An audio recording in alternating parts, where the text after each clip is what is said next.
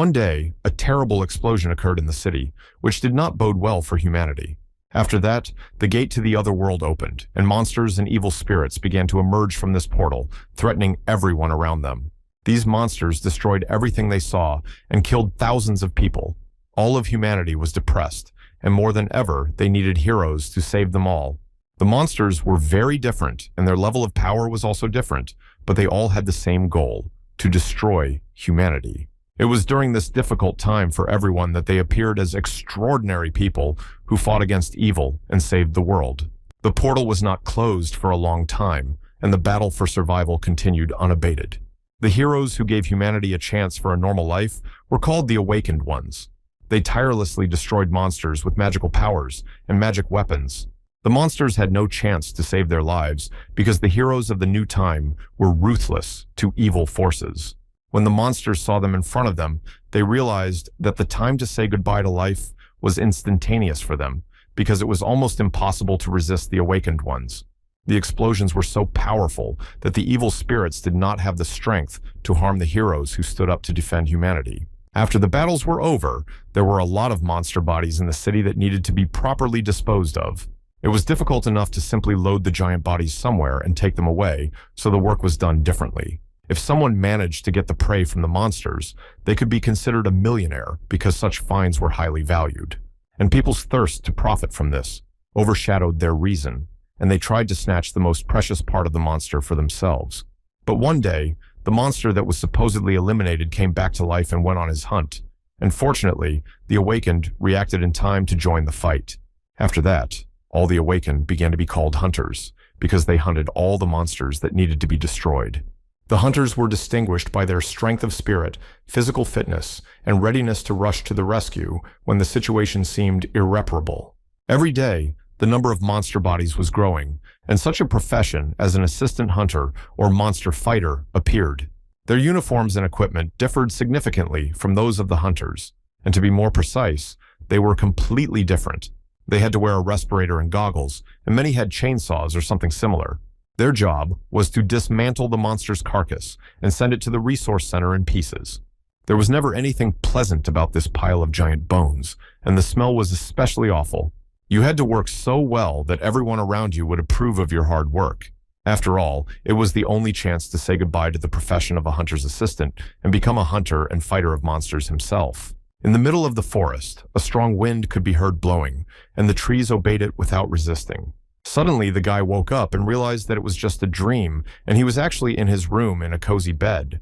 The guy's name was Ji Heng. He was 28 years old and worked as a hunter's assistant.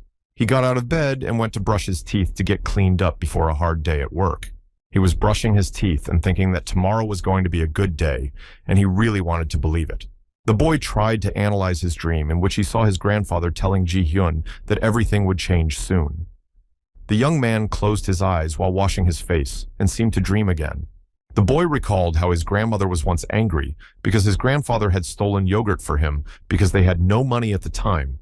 He recalled how he cried bitterly and begged his grandmother to forgive his grandfather, but it was all in vain. Ji Hyun remembered that day well because it was his last day with his grandfather and he never saw him again, but he remembered his instructions to make the young man happy. Since then, Ji Hyun will never refuse to help an elderly person with full bags or something like that, and most of his salary goes to charity. The guy did it out of his own kindness, because he knew how hard it was to live without money and any help from the outside. Ji Hyun often remembered his grandfather and the words he used to say because he could not fully understand what they meant. The young man was sure that to be happy is to help those in need. There were a lot of accidents in the city that day, and some roads were closed, so the radio informed drivers that pedestrians could walk on the roadway. Ji Hyun was traveling on a green bus, heading to the boy's workplace. The young man was driving and thinking about how many cities suffered because of the opening of the portals, and yet it was good that a barrier appeared that prevents the portals from opening frequently. Over time, the city's residents got used to the new realities and knew that they had to continue living no matter what. Ji Hyun reached the 20th dungeon, where he was faced with a lot of work and hard physical labor.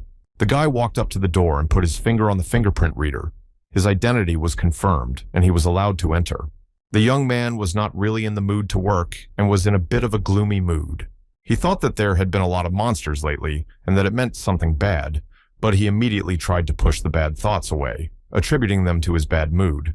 The assistants of the hunters were at their workplace and complained to each other that the hunters did not think about them at all because the men had to clean up after them. Ji-hyun got to work and wondered how big a monster he would have to disassemble. He did everything as carefully as possible because he remembered his first monster, which stank so badly that he couldn't even eat when it was time for lunch. He cut out each part separately so as not to damage important parts and not to smell the stench again, which was hard to forget. The young man gained skill with each new monster that the hunters killed. Undead monsters were left in the dungeons in order not to endanger humanity, because no one could know for sure whether this or that monster would come back to life. One of the men came up to Ji-heng and told him that he was doing a great job and that he was the best among the newcomers. The young man was a little ashamed, but his mentor supported him and said that he should be proud of the fact that he was doing a great job. The man said that recently there has been a lot of work and Ji-hyun has been working tirelessly and showed the boy a like. The man was supported by another colleague who confirmed that Ji-hyun is really the best and gave the young man another like. Others heard that Ji-heng was being praised and were happy to support him, and everyone liked him, saying that he was really talented and wanted to promote him. Ji-hyun continued to work and did not suspect anything, and suddenly received a message that he had received an award and was now a hunter. Suddenly, the guy began to feel something unusual in his body after receiving a notification that his abilities began to awaken. Ji-hung began to be enveloped by magical energy that penetrated every cell of his body. Everything began to burn inside him. It was the first time in his life that he felt this way, and he did not understand what kind of awakening the message was about. The chainsaw fell to the floor as Ji-hyun was trying to figure out what abilities he might have. The young man's colleagues saw something strange happening and rushed to help Ji-heng, who had almost no control over his movements. The guy turned around and said that everything was fine and that his legs just went numb and he stopped feeling his limbs for a moment. The men smiled and said that Ji-hyun worked so hard that he should rest and not overwork himself in the future. Colleagues began to leave and noted that many employees were injured due to overwork, so they should take care of their health. Ji-hyun didn't understand what had happened, but he knew that he should first calm down and collect his thoughts. The boy noticed that he had a micro camera on his clothes that was filming everything in real time. The young man was pleased to feel like a hunter, even though he could not dream of it. The mentor shouted at Ji-hyun to finish his work and not to stand still. Ji-hyun wondered why his abilities had awakened, as this happens before the age of 20, although last year a man in his 31st year was lucky. The guy realized that he was already 28, and it was unlikely that he would awaken at that age, so he decided that he was imagining things. Ji-hyun still thought that if everything turned out to be true, it would be a pleasant surprise for him, even though the young man was not sure of his abilities. The young man could not understand whether he should be happy or not, because becoming a hunter is very responsible and dangerous. In the battle with the monsters, many of the hunters lost their lives, but Ji-hyun was curious to see the hunters work with his own eyes. Ji-hyun received notifications one after another that he had to check his status, but he continued to work. He was getting tired of the notifications not stopping and constantly telling him that his status had changed. His colleagues called him and asked if he had finished his work. Ji-hyun replied that he was leaving and started to pack. Again, the notification was coming, and the young man was getting really annoyed, but he couldn't do anything about it at that very moment. Suddenly, he noticed a team of hunters standing nearby, talking about something and saying that he shouldn't tell anyone yet. Ji-hyun did not hear what they were talking about, and began to think that hunters have a lot of privileges, such as untouchable pensions and gun licenses, and I immediately thought that in addition to these privileges, they have a huge responsibility. Every time a new dungeon appears, they have to risk their lives. Ji-hyun finished his work and headed to the locker room to get ready to go home, but all the thoughts of what happened to him never left him for a moment. The boy was thinking about the fact that the hunter's assistants have a chance of survival in case of monster attack, but the chances of hunters are much less. When the young man came out of the dungeon and met his colleagues, one of the men once again pointed out that Ji-hyun was doing a great job. And all the other colleagues immediately supported him and said that without his help, they would not have been able to cope with such a large amount of work. The men showed the young man the likes again, and he immediately received a notification that he had received these likes in the bonus system. Ji-hyun didn't understand what was happening and why he was receiving the notification again, since he hadn't done anything this time. The men boarded the bus and headed home after a hard day's work in the dungeon. Ji-hyun came home and tried to find where he had put the pasta he was going to have for dinner, The guy was not feeling well, so he took out some pills to drink some painkillers to make him feel better. The young man thought that now he would have to lie down for about 3 days to get back to his normal state and be able to continue working. He couldn't even move without feeling pain, and he realized that it would be dangerous to work in this condition. Ji-hyun heard the notification sound again, asking him to confirm his status, but he didn't understand what status it was. The young man had heard before that after the world was swallowed up by chaos, beings called gods appeared, and they could choose who would have magical powers. It was difficult to realize that God really exists, but after his appearance, people with abilities began to appear. Ji-hyun continued to think about whether he needed to awaken these abilities in himself and how this could end for him. The boy took a can of drink from the refrigerator to quench his thirst and cope with his worries about the appearance of his powers. He gained strength and finally decided that he should try to change his status. Ji-hyun opened his profile without much optimism and began to look at all the tabs that were available to him. Everything started to work, and the guy wondered if this was the awakening he had been informed about the day before. Ji-hyun mentally recalled all the time he had spent working as a hunter's assistant, and a subtle smile appeared on his face. A profile of the young man loaded on the screen, saying that he had been chosen as the new star of the platform because of the god's interest in him. It took Ji-hang a while to figure out the platform's settings, and he accidentally went live. The guy desperately tried to turn off the live broadcast, but because of the excitement, he could not do it immediately. Suddenly, the young man remembered his grandfather, who asked him to live happily, and showed Ji-hyun something he remembered from his childhood. But the boy was in no hurry to draw conclusions about his grandfather's involvement in everything that was happening to him. The young man decided to try what was ahead and pressed the start button. He was informed that from now on, he would receive tasks on this platform. From now on, the level can be increased with the help of likes that the youngster can collect on this platform. Ji-hyun couldn't understand what was going on and what promotion they were talking about on the platform.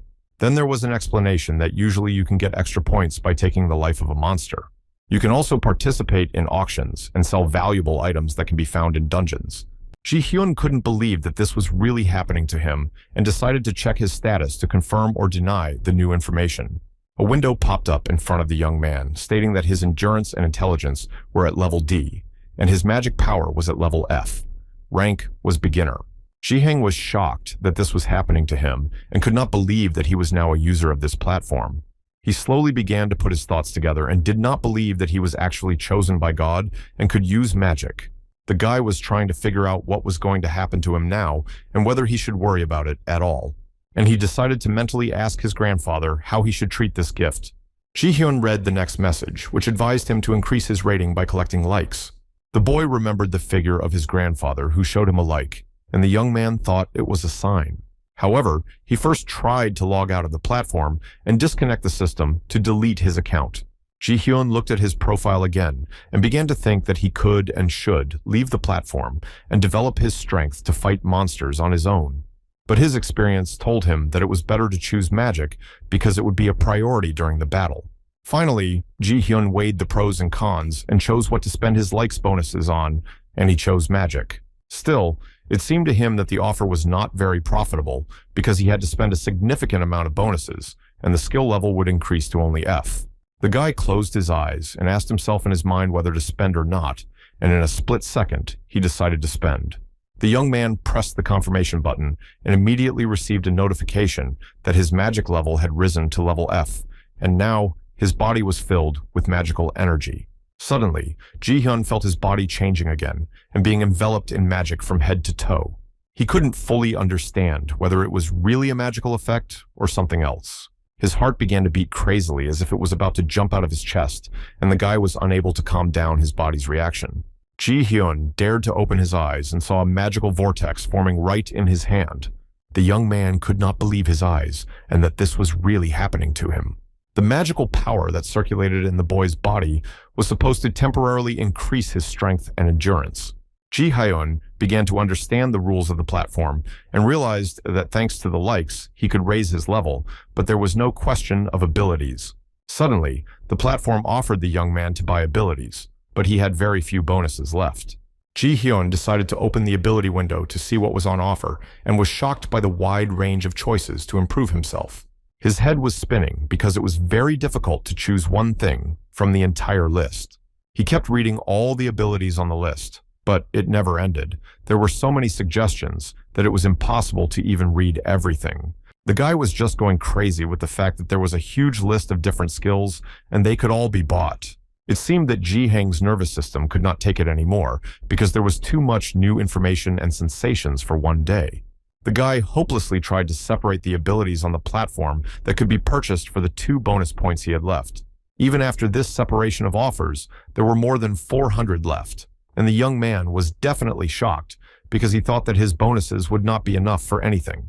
Ji-Hyun decided to choose from the options offered by the platform and was surprised to find that among all the skills, there was even the ability to massage. The guy started thinking about how this ability could help him collect likes and thought it was like being able to give a regular massage. But he knew a lot of people who worked hard every day and could definitely use a massage to relax for a few minutes. And he came up with the idea that this was a great chance to get the likes he needed to improve his level. Ji-Hyun decided that thanks to the massage skill, he would be able to increase his likes by at least 2 times and acquired this ability for himself. In the morning, Ji-Hyun went to work as usual at the headquarters of the assistant hunters. In the locker room, he met his senior colleague, Mr. Kim.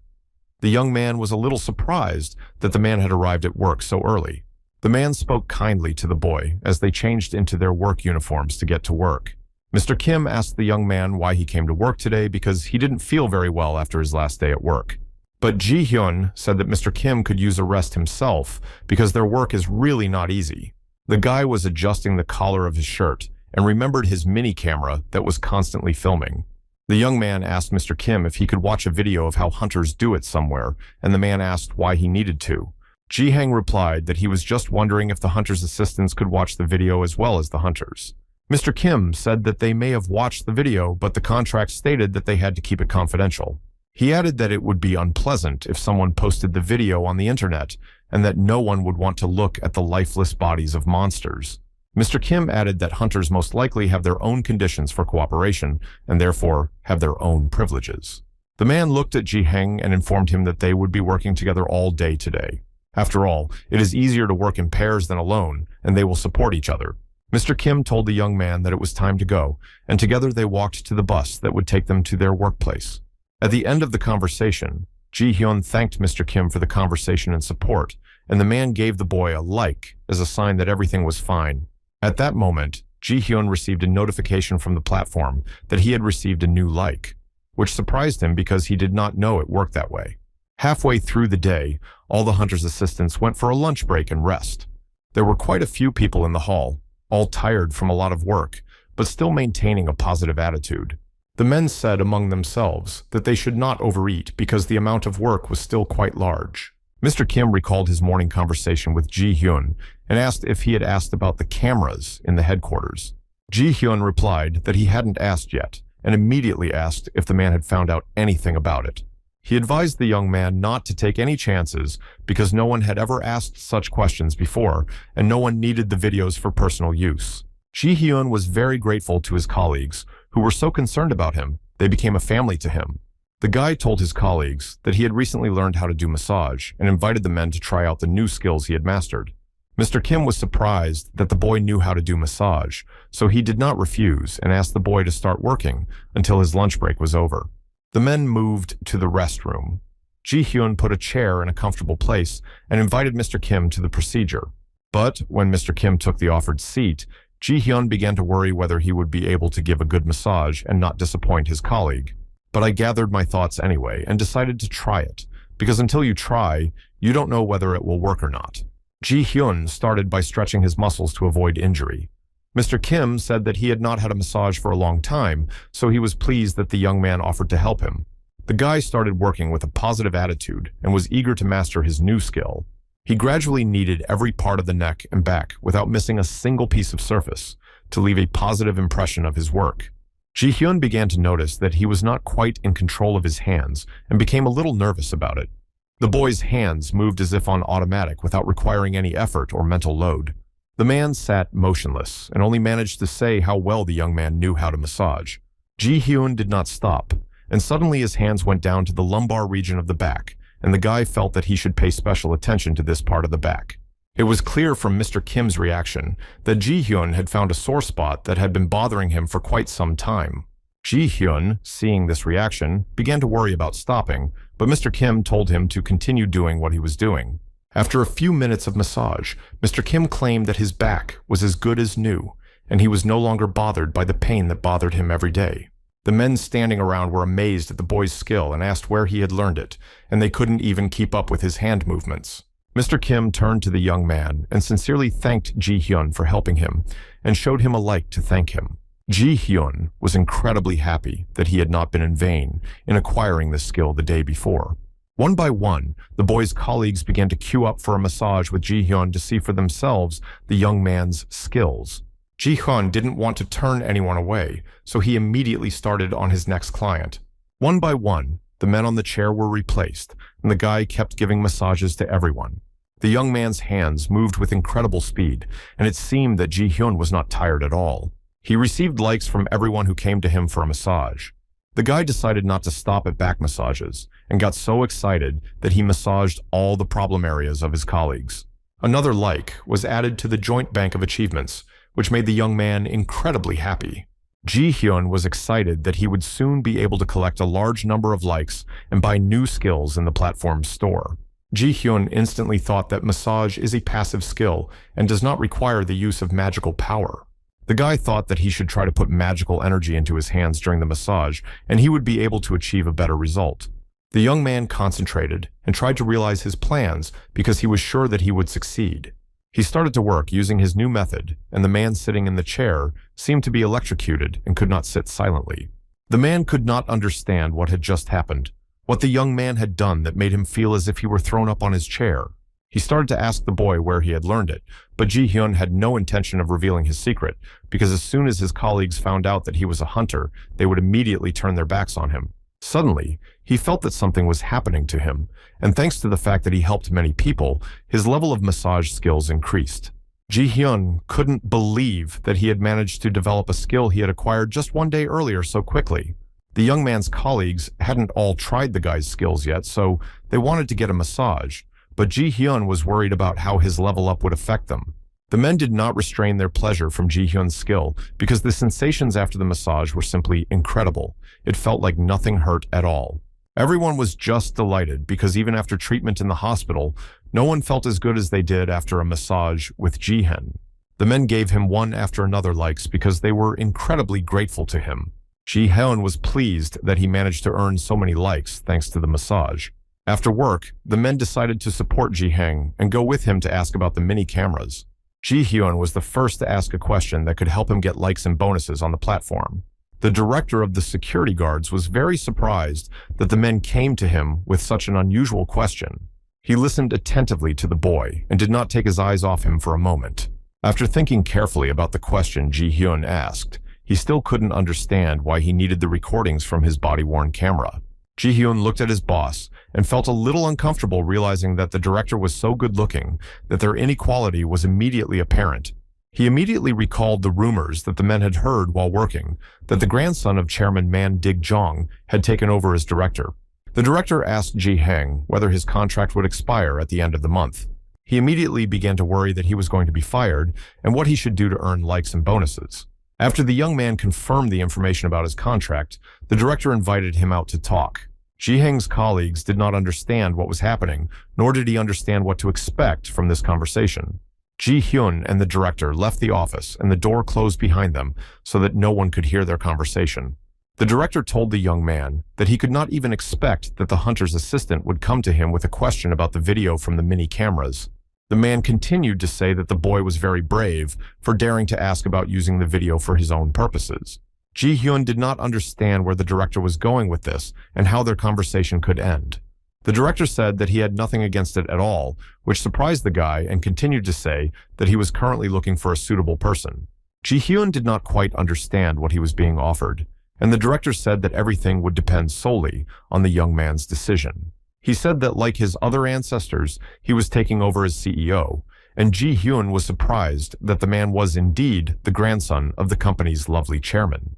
The director continued his incomprehensible speech to the boy and ended by saying that he would like to make a down payment, but Ji-hyun must keep it a secret. He added that the boy would receive a reward as soon as he reached the next level of skill. Ji-hyun didn't even realize that the director knew everything about him. After the conversation, the guy came to his colleagues, who immediately began to ask if everything was okay, and Ji-hyun said that he had no problems with the video or the contract. The young man happily showed the men the envelope and said that he had taken all the videos he needed, but he thought he meant the director. The men were glad that the guy was successful and had no problems, so they were sure that they worked for a good company that cares about its employees. Mr. Kim told the young man that he thought the principal would refuse them, but Ji-hyun did well to get his way. The men were heading for the exit and joked along the way that the director was afraid that they had come all together. They went to the bus stop and waited for each bus to go home to rest. Ji-hyun was traveling on a bus when suddenly something unexplainable started happening, like an earthquake. The guy did not understand what to do and why the whole bus was shaking, as if he had entered the wrong place. The young man looked out the window to see what was happening on the street. When I noticed the bright flash between the buildings, I had the feeling that an explosion had occurred from something unknown. Suddenly, the bus flipped over like a toy car from the blast wave, which was very powerful, and huge pieces of asphalt flew around. Ji-hyun did not understand what was happening at the time and simply closed his eyes in shock. When I felt that everything had calmed down, I dared to open my eyes and look around. The first thing he saw was the bus door, which showed that it was more dangerous outside than inside. The street was covered with smoke from the explosion. Roads and buildings were vandalized and all vehicles were scattered along the roadway. The bus Ji-hyun was in was lying upside down in the middle of the road with broken windows and doors. Many passengers were injured and could not get out of the iron can the bus turned into. Ji-hyun was not unharmed either. His hands were cut by broken glass. The guy was trying to get up and recover from the accident he had been in. The young man could not understand the cause of the explosion and why the bus turned over. Ji-hyun felt that his whole body hurt like never before, and all the wounds he had gotten were aching painfully. The guy had a feeling that he had several fractures and decided to use his ability to massage on himself. The young man was not sure that he would be able to help himself because he did not know whether he would be able to massage himself as well as his colleagues. He immediately began to feel some changes in his body, so he was not going to stop because he still had hope for recovery. The wounds that had been opened immediately began to heal, and the painful sensations disappeared. Ji-hyun began to receive notifications that his physical and mental condition had begun to recover. After completing his massage, the young man received another notification that his skills had been upgraded. Ji-hyun finally regained consciousness and realized that there were many people on the bus who needed his help. He hurried to the passengers and began asking who was conscious and who needed help. He heard someone quietly asking for help from the side and immediately went there. But the man who called him pointed his finger forward and said that a man was badly injured and needed help first. Ji-hyun felt that it was his main mission now to help as many people as possible. The young man ran up to the victim and loudly and clearly asked him to calm down, even though he knew how much he was in pain. The guy examined the wounds, which were quite deep, and Ji-hyun was not sure whether he could cope with such difficulties, but he had no choice, so he began to massage. The young man was convinced that his massage was helping and continued to restore the man. Ji-hyun realized that he could provide first aid perfectly thanks to his skill. He did not stop to prevent the man from losing his life because his injuries were very serious. The guy's skill level has improved again, and he managed to save the victim and open a new attribute of first aid. Now, every time Ji-hyun uses the massage ability, first aid will be automatically applied. The man regained consciousness and thanked the guy for his help.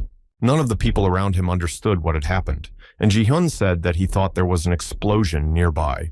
Passengers began to say that they needed to get outside to get away as quickly as possible, but Ji-hyun, hearing that the men wanted to leave, stopped them and said that they could not go outside now. But one of the men didn't understand why they couldn't come out because they had to call someone for help.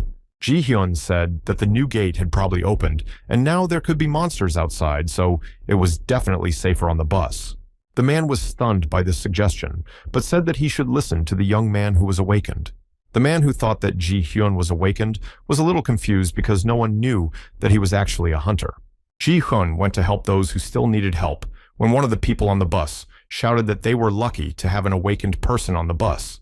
The guy continued to do massage and again improved his skills and received new opportunities and bonuses. Suddenly, the young man realized that he had received a large number of likes just for helping others, and he was very surprised. Everyone present thanked Ji-hyun because they realized that without his help, many would not have survived. The passengers realized that they were incredibly lucky to have an awakened person on the bus with them. Ji Hyun was just helping people, and they thanked him as if he was doing something extraordinary. The guy was happy that the likes were pouring in, but still realized that there were still many wounded and he needed to help. In addition to adults, there were also children on the bus who needed urgent help. People did not spare their likes, and bonuses were coming to Ji Hung more and more. At last, the guy could breathe out because he had helped everyone who needed it. The young man thought that he must have made a mistake to let everyone around him know that he was awakened or a hunter. Suddenly, Ji Hyun noticed his chest mini camera and remembered that it usually turns on automatically when monsters are nearby. This fact confused the boy a bit, because it meant that the monsters had come to the surface and were somewhere nearby. Ji Hyun turned to the passengers and asked if anyone else needed help, and heard that everyone was already fine and he managed to save everyone. People thanked the young man again, and Ji Hyun asked no one to leave while he went to check what was happening outside. Before he went out for the checkup, the guy told everyone that they should go to the hospital afterwards because he had just provided first aid. The passengers wished the young man good luck, and he went to check whether everyone was allowed to leave. Ji Hyun cautiously got off the bus and looked around to see if it was safe to be outside. The guy tried to gather all his will into a fist because he realized that the safety of ordinary citizens of the city now depends on him. The young man climbed out and looked around, observing the terrible consequences of the explosion. The roads were in cracks, traffic lights were lying on the floor, and all the wires were broken. Many mangled cars and buses lay on the road, buildings so destroyed that they were about to fall. A little boy stood in the middle of all this chaos and cried without feeling safe. Ji Hyun looked at all the horrors and even smelled the burned bodies that could not be saved. On top of that, everywhere there was a smell of gasoline leaking from the tanks of the cars that were badly damaged. Suddenly, he saw something ahead of him that drove him into great fear because he realized what it was. He saw a portal open and cause terror in the street. But that was not the end, because an even greater danger was approaching. Many monsters came out of this portal and were about to attack everyone and everything they saw in front of them. Ji Hyun looked at the scary creatures and realized that he had seen a few other monsters before, but these ones coming out of the portal were a little different. He did not understand why the gate opened in the middle of the city and not in the dungeon as usual. The young man watched as a bunch of monsters marched on the city like a plague of locusts that destroyed everything in their path. Ji Hyun managed to see and realize that the goblins were attacking, and now he had to urgently figure out what to do next. Chaos broke out on the street, with people moving chaotically in different directions trying to find shelter. Ji Hyun ran towards the monsters, hoping that his strength would be enough to wait for the hunters who had experience fighting such creatures. The young man realized that he was really an expert in inanimate monsters, but what to do with living ones, especially with so many of them, Ji Hyun really did not understand. Suddenly, the guy remembered that people in the bus were waiting for him, and they urgently needed to be rescued. He pulled himself together and began to recall everything he knew about goblins and how to defeat them and escape from them. Ji Hyun had no better idea than to get to the bus and warn everyone about what was coming. He ran to the entrance of the vehicle and immediately tried to reassure the passengers that they would not have to wait long for the hunters because the portal opened in the very center of the city. People looked at the guy in confusion, waiting for further instructions. Ji Hyun said that they should just run away from the place as soon as possible because the consequences could be disastrous. The young man waited for everyone to get out and start running away and decided that before the hunters arrived, he should try to stop the goblins. The guy looked at the monsters, which were growing in number every second, and realized that he had minimal chance of confronting them all alone. But mentally, he tried to calm himself down and said that now was definitely not the time to give up and cry. Ji Hyun opened a shop on the platform and wanted to quickly choose something that could help him in the confrontation. The guy bought a beginner's kit for himself, which contained several items that Ji Hyun could use in battle. The young man received a notification that he could use 2 skills at once during the battle. The basic set of equipment included a sword and a shield. In addition, Ji Hyun had an increased level of magical power, so he could try his hand at fighting goblins. Suddenly, a symbol of a plant began to appear above his head. These were 2 small leaves that symbolized the beginning of the journey. For Ji Heng, it was a sign of his new beginning as a hunter and meant that he was a beginner. Since this sign was constantly glowing above the young man's head, he felt quite humiliated to walk around with such a mark. After the last purchase, the guy decided to check how many bonuses he had left to buy something else useful. Ji Hyun checked his balance of likes and decided that he needed attack skills, and that strength was now a priority. And he decided to spend all his bonuses on strength, and his skill was developed to level D. Ji-Hung's muscles began to grow before his eyes, and he immediately felt like he could move mountains. He decided to finish his shopping there because he was sure that what he bought in the store was more than enough to defeat the goblins. Ji-Hyun went to meet the danger because he was ready both mentally and physically. Suddenly, he heard someone's voices and was very surprised that there were still people in the place. So he climbed up on the rubble to see where the voices were coming from. The boy saw a man and a little boy surrounded by goblins preparing to attack. Ji-Hyun tried to assess the situation and how he should act, so as not to endanger the man and the child even more, since there were 3 goblins. The young man was not sure that he would succeed, but he had to try to save innocent people. He shouted loudly, drawing the monster's attention to him, making it clear that they would have to overcome him first. Ji-Hyun was certainly afraid, but he hoped that his equipment would still help him. The goblins immediately began to attack the boy, and the young man managed to repel the attack with his shield. From above, the goblins were flying at the young man one by one, using sharp blades to try to take Ji-Hyun's life. He managed to fight back time and time again, but such attacks were quite unexpected for a guy who had no experience in fighting monsters. One of the goblins decided to jump on the young man because other weapons did not help, and he was sure that the boy would not be able to resist them for long. For a second, Ji-Hyun was confused because he did not expect a close fight to start so quickly. The boy pulled himself together in time to protect himself with a shield from the goblin's attack. At that moment, he was very surprised and did not even suspect that he could fight so well because he had never had to fight anyone before. He was glad that he was able to repel all the monster's attacks well, as if the young man had been doing it all his life. Ji-Hyun thought that his skills were related to the fact that his powers were increased. Inspired by his new skills in defense, the guy decided to go on the attack because he had no choice. The young man was confident in his actions and desperately rushed at the goblin with a weapon in his hands. He easily managed to defeat one of the monsters by destroying it to the ground. Ji-Hyun landed successfully and was ready to deal with the next 2 goblins who wanted to take the boy's life. The young man stood up confidently, showing the horrible creatures that they would suffer the same fate as their friend. The goblins definitely didn't expect this turn of events because they were facing an ordinary newcomer. The man and the child looked at Ji-Hyun as their savior, and they had hope that they would be able to get out of this situation almost unscathed. The boy was more confident and full of energy than ever, holding his sword and shield firmly in his hands. The young man could not understand why he was so calm and not at all worried during the battle. Ji-Hyun realized that his mind was clear and not occupied by any unnecessary thoughts that usually fill his head. The guy was happy that his purchase of the beginner's package was not in vain, but rather helped him a lot. At once, 2 goblins decided to get rid of the hunter who prevented them from moving on and doing what they had planned. Ji-Hyun already knew how to fight 1 monster, but not 2 at the same time.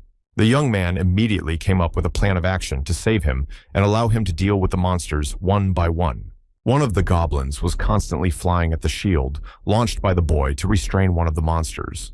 While one goblin was trying to dodge the shield, the other was already near Ji-Hyun and was preparing to harm the young man. The monster was sure that the boy would not be able to get out of this fight alive because it is difficult to resist 2 alone. The sword of Ji-Hung and the goblin collided, making a characteristic sound of metal friction that turned everything upside down. But the guy did not intend to give up and pushed the monster away from him with all his might to give himself the opportunity to deal an irreparable blow to the enemy. The young man knew he would succeed because the skills he had acquired had given him confidence and endurance. Ji-Hyun found the fight quite easy, so he didn't have much time left to win. Weapons came together again and again in a battle, with sparks flying in all directions from the friction of the iron. The boy fought desperately with the goblins, feeling that very soon this battle would end. The young man was tired of using only brute physical force, so he decided to try to add a little magic to his first ever fight. Ji-Hyun began to move so fast that the goblin simply did not even have time to watch the boy's movements. Suddenly, the young man stopped, which completely confused his opponent, who could not respond to Ji-Hyun. The goblin, which had been restrained by a powerful blow from the shield, just sat helplessly on the floor and watched the boy's incredible skill. Ji-Hyun looked directly into the eyes of his opponent and said only one phrase, that it was time to say goodbye to his life. And he immediately pointed his sword at the goblin, not giving it a chance to escape or try to attack back. Ji Hung threw his sword with all his might right at the goblin, as if he were using a spear that struck the monster dead. The body of the lifeless monster fell to the ground, frightening the man and child whom the boy was protecting. Finally, the young man could be distracted because he had managed to deal with 3 goblins alone, and these 3 certainly did not threaten anyone. Ji Hyun calmly approached one of the monsters, contemplating the fruits of his labor. He took his sword, which was sticking out of the goblin's body, and pulled it out in one motion, as if it was not the first time he had done this. He thought that he had done quite well for his first such experience. The young man began to receive notifications that his sword's properties had improved and that he was receiving likes. The notifications didn't stop, and Ji Hyun was very surprised that he managed to collect a large number of bonuses after defeating only 3 monsters. People started coming out to the street, calling the young man a hunter and sincerely thanking him for saving them.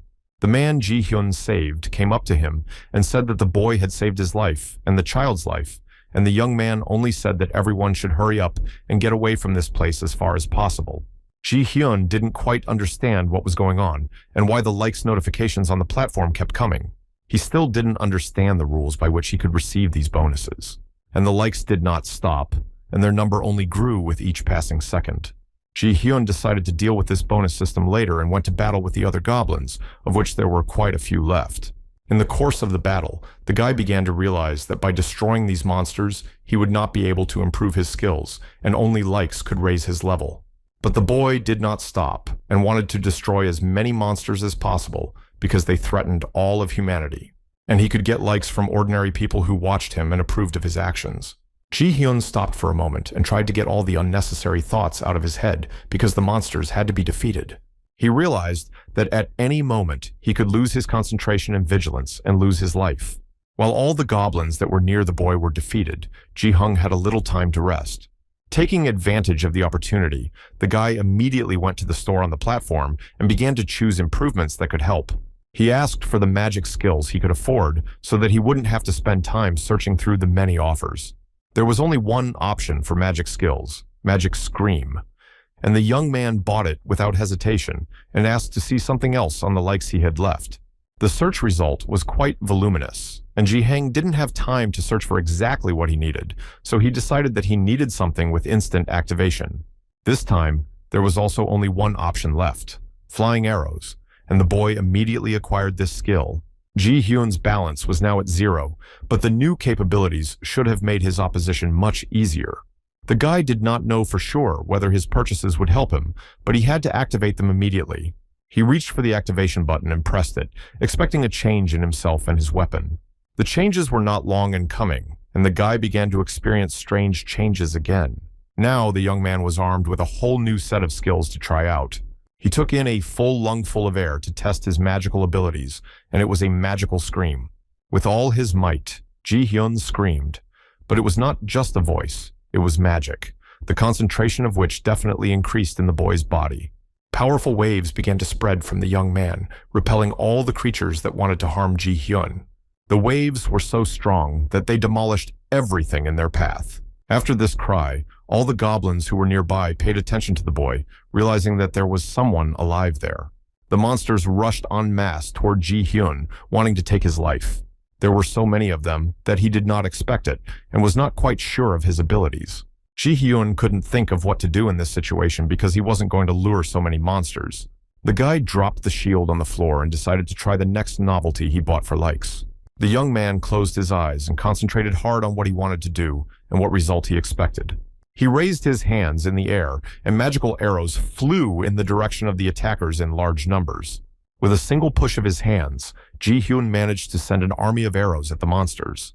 The goblins did not stop, as if they did not notice the obstacles in the form of magic arrows used by the boy. Their zeal was boundless. They were not afraid of anything, and were definitely not going to stop until they destroyed the guy. But such stubbornness was in vain because Ji Hung's magical abilities left the goblins no chance of survival. The guy was looking at the result of his attack, which was simply unsurpassed. All the enemies were instantly killed. He was looking into the distance to see if everyone was defeated or if there were any more left. Suddenly, Ji Hung's head seemed to be struck by lightning with unrealistic force. The guy grabbed his head and could not understand what was happening and why he was in such unbearable pain. This was the price for using magic to save the young man's life. The platform began to receive a flood of likes again, and the number of likes only grew as all the residents of the city were impressed by Ji-hyun's actions. The piercing pain in his head seemed to start leaving his body, and he could gradually regain consciousness. The young man did not want to stop there and immediately spent half of the likes he received on magical abilities. The rank of his magical abilities was increased, and the pain completely left him, which he was very happy about. Finally, 2 teams of hunters were almost there, while all the others were on rescue operations and could not join. Several helicopters were approaching the opening of the portal through which all the evil spirits were climbing. They were approaching the target with only 5 minutes left, and the hunters were preparing to descend. All the hunters finally received the signal that it was safe to start the cleanup and they could go down to the site. While Ji-hyun waited for help, he had to hold back the invasion of monsters, which never ended. There were so many of them. The guy fought alone and could not wait for help because his strength was already on the limit. During the battle, the young man even had time to think about whether he would be paid for holding back the goblins for several minutes on his own. But Ji-hyun had no choice, because he had to endure this battle and defeat the monsters who wanted to get rid of him. The boy's fight continued, and he held on with his last strength because there were only more goblins. Finally, the young man waited for help and heard that the hunters were about to arrive. But suddenly, he noticed something he hadn't expected to see with his own eyes. Not goblins, but orcs, who were 1 rank higher than the previous ones, began to emerge from the portal. Ji-hyun had seen undead orcs before, but he still didn't expect them to be so large. The orcs destroyed everything in their path without making much effort, and their blows shattered everything into small crumbs. Now Ji-hyun had to confront not only goblins, but also orcs, whose number was growing. He was worried that humanity was still in danger, and he hadn't noticed the hunters' help. Yet, to Ji-hyun's luck, they were already right over his head, preparing to fight to stop the evil. The guy was as excited as a little kid who saw a superhero for the first time, and it was understandable because for the last few hours, he had been fighting alone for the first time in his life. The hunters were on their way to defeat a lot of monsters. Each of them looked very powerful and confident because they realized that they were superheroes for the whole humanity.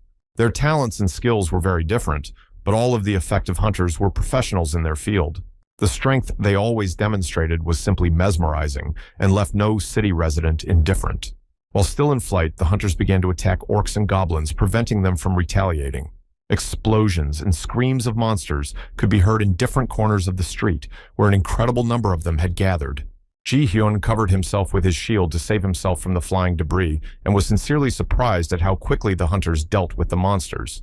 The smoke from the hunters' attacks gradually began to dissipate, and they could safely come out of their shelters. The street was covered with thousands of bodies of goblins and orcs who were unlucky enough to survive the battle. Ambulances began to arrive at the scene, and people came to them for help or just to be examined.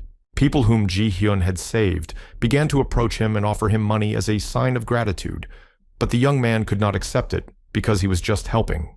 The guy told the couple who offered the money that they should just be happy that everyone was alive and to go to the hospital to make sure everything was okay. People thanked the young man, and new likes were added for their sincere emotions of gratitude to Ji-hyun. There were so many people who wanted to thank him that he could not physically listen to everyone. One of the civil servants was incredibly impressed by the young man's dedication to protecting people. The man continued to say that if not for Ji-hyun, there would have been many more innocent victims. The civil servant was embarrassed during the conversation with Ji-hyun because he knew that the next day officials would say that there were only a few victims. The man was delighted with the work that the young man had done and helped the whole city. He opened the guy's personal card on the tablet where it was indicated that he was a newcomer, and this surprised the man. The civil servant continued to study the information about Ji-hyun and found that the young man could participate in both close and long-range combat. The man added that this is a rather rare feature for a hunter and that they are very rare. The civil servant said that the young man could go home and rest and not worry about the bodies of the monsters, and that he would be paid for his work in the near future. In addition to the promised monetary reward, Ji-hyun once again received likes from the townspeople who were simply delighted with the boy. After talking to the civil servant, Ji-hyun began to realize that he was not an assistant hunter, but a full-fledged hunter, which made the young man very happy. After a hard and eventful day, Ji-hyun finally returned to his apartment and could have a good rest. He fell on the bed, because he was exhausted and could not relax his muscles and his brain, which had been working continuously for the last hours. The events that the guy had to go through did not fit in his head. The whole battle in which he participated was like a dream. The young man replayed the moments of the battle and could not believe that he had fought monsters alone and destroyed so many goblins. He received a notification on the platform, and now he could read all the updates that had happened before. The message said that Ji-hyun could upload videos from his chest mini camera and get even more bonuses and improve his skill level. Ji-hyun took out his mini camera, but didn't understand how to upload the video to earn even more likes. The platform showed detailed instructions to the young man, and a window appeared in front of him where he had to place a camera to read the information. Ji-hyun didn't know much about technology and wasn't sure if he would succeed, but he decided to follow the platform's prompts. He was very tired, so he wanted to finish uploading the video and finally go to bed to rest.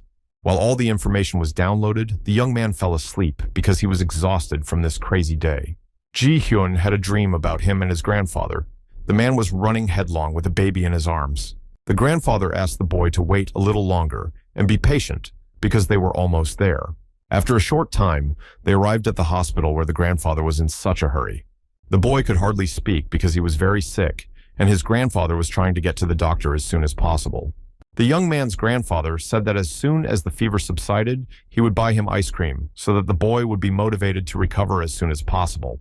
But it did not help much because the disease made itself felt, and the child could not keep his emotions in check. It didn't take long for a doctor to come up to them and give them an antipyretic injection to help the child. The boy cried for a while, and his condition began to return to normal. The grandfather immediately kept his promise and bought the young man an ice cream to cheer him up for a while. The boy was glad to have a sweet sedative and that his grandfather's promise had been kept. The grandfather stood by the boy and asked him not to rush to eat, so as not to catch a cold even more. They sat on a bench together, and the grandfather could no longer worry about the boy because the danger to his health was over. The last words that his grandfather said were an instruction that the boy should grow up healthy and strong, and Ji-hyun promised him that he would. At this point, the young man began to wake up because he was awakened by a phone call. Ji-hyun reached out without opening his eyes and took out his cell phone to answer the call. The other side of the phone began to say something that the young man could not understand. So he had to get up and listen to the information that said that since yesterday, all the TV channels had been talking about him. Ji-hyun did not believe what was being said about him on all the news channels and decided not to trust it, but to check it out for himself. He hung up the phone and picked up the TV remote to turn it on. On the first channel, he saw video footage of a young man fighting with pigeons on the street yesterday. Ji-hyun couldn't believe his eyes. Even though the quality of the video was not the best, he could easily recognize the young man's face. He was stunned by what he saw and still could not believe that this was happening to him. The report said that all the rescued people only talked about the unknown hunter who saved them. According to rumors, this hunter had 3 healing powers at once: physical and magical attacks. The TV presenter emphasized that they had learned that the guy had not yet received a reward for his work, but that the management already knew about the hero, but did not disclose his name. It also became known that the footage from the video that was uploaded at night on the platform of hunters with the participation of an unknown hero is breaking all possible ratings. The TV screen showed excerpts of video from the boy's chest mini camera, which he uploaded to the network. The TV hosts wanted to give the hero maximum coverage so that all the city's residents would know him by sight and understand who they should thank. Ji-hyun looked at the video and wondered if these fragments were from his camera, and if so, it meant that he had managed to upload the video to the platform. He thought that this video was likely to gain views and most likely likes all night.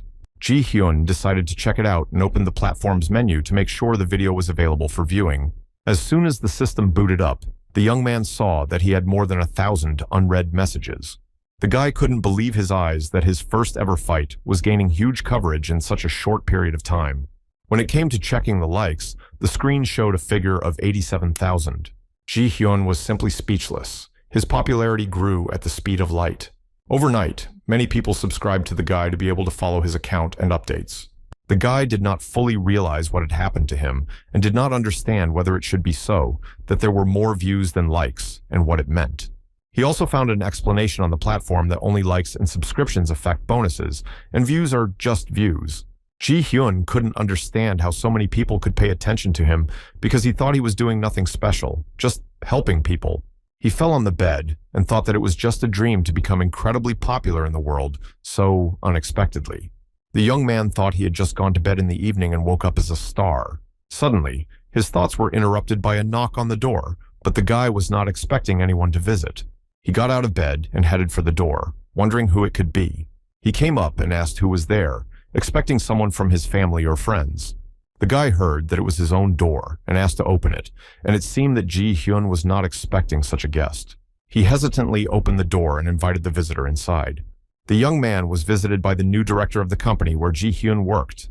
The TV was still working, and they started telling interesting details about the appearance of the gate that appeared right in the center of the city. The hosts said that the emergence of new portals is still being determined, but there are still ways to create safe conditions for the public, such as the use of barrier boards. But the problem was that the funding for their purchase was constantly decreasing, and we needed to find an alternative. However, given the current situation, we cannot rule out the possibility of a new portal that may reappear on the streets. So, barrier walls are unavoidable. The only problem is that they are quite rare, and not all countries can afford them. But there is still an option to go in search of such shields that can be found in the dungeons of the 3rd and 4th levels. But hunters with high skill who could fight in a 4th level dungeon were very few in number, practically counted on the fingers of one hand. So the TV hosts concluded that barrier shields are a vital necessity now, but where to look for highly skilled hunters remains an open question. After Ji-hyun opened the door, he became very nervous. He never expected the director himself to visit him. The guy immediately asked his boss to wait because he couldn't invite him into a room that was a mess. The young man quickly began to rake up all the dirty things that were out of place. He threw everything into the laundry basket and hid it by pushing it under the couch with his foot. Ji-hyun was embarrassed to the director that his place was so messy because he wasn't expecting guests. The director told the young man not to worry because he had come on business and had time to drop by for a small gift. The guy accepted the gift and was already thinking about what urgent business his director might have for him. The man stood there looking at Ji-hyun's apartment as if to assess his design skills, and he immediately realized that he could just imagine the place where the boy lived. He received a notification on the platform that the director admired the young man and gave him one like, and Ji-hyun immediately thought that he was rather stingy with compliments. Ji-hyun invited his boss to come into the room and sit on the couch. He went to the kitchen to get something to drink while we talked. At this time, the announcer went into the living room and sat down on the couch, preparing for an important conversation with the young man. Ji-hyun was surprised that Lycus appeared in the name of the director, even though he would have been an unknown citizen before. At that time, the news was on TV and the director of the company was on the screen, and he turned out to be a hunter as well. The journalists asked him about dungeons and monsters and noted that his subordinate had fortunately arrived at the scene on time. But the hunter said that it was not his subordinate, and he knew nothing about him. The journalists were very surprised by this answer because the new hero was brave and talented, so everyone thought that the young man belonged to a group of hunters who saved the city. But the director did not know what to say to the journalists because it was the first time he had heard of this unknown hero. So the director decided to start a conversation with the boy about his talent and the fact that he had become a hunter. The man said that in the morning he heard quite interesting news that did not leave him indifferent. Ji-hyun handed his boss a glass of drink and wanted to say something, but the director continued his thought. The man said that he never thought that the hunter's assistant could become awakened, and he was sincerely impressed by his actions during the monster's attack. Ji-hyun began to feel ashamed and said that if it wasn't for the hunters, he would not be alive. But the director focused and told the young man that he had come to offer him something. The guy was surprised and did not understand what this offer could be.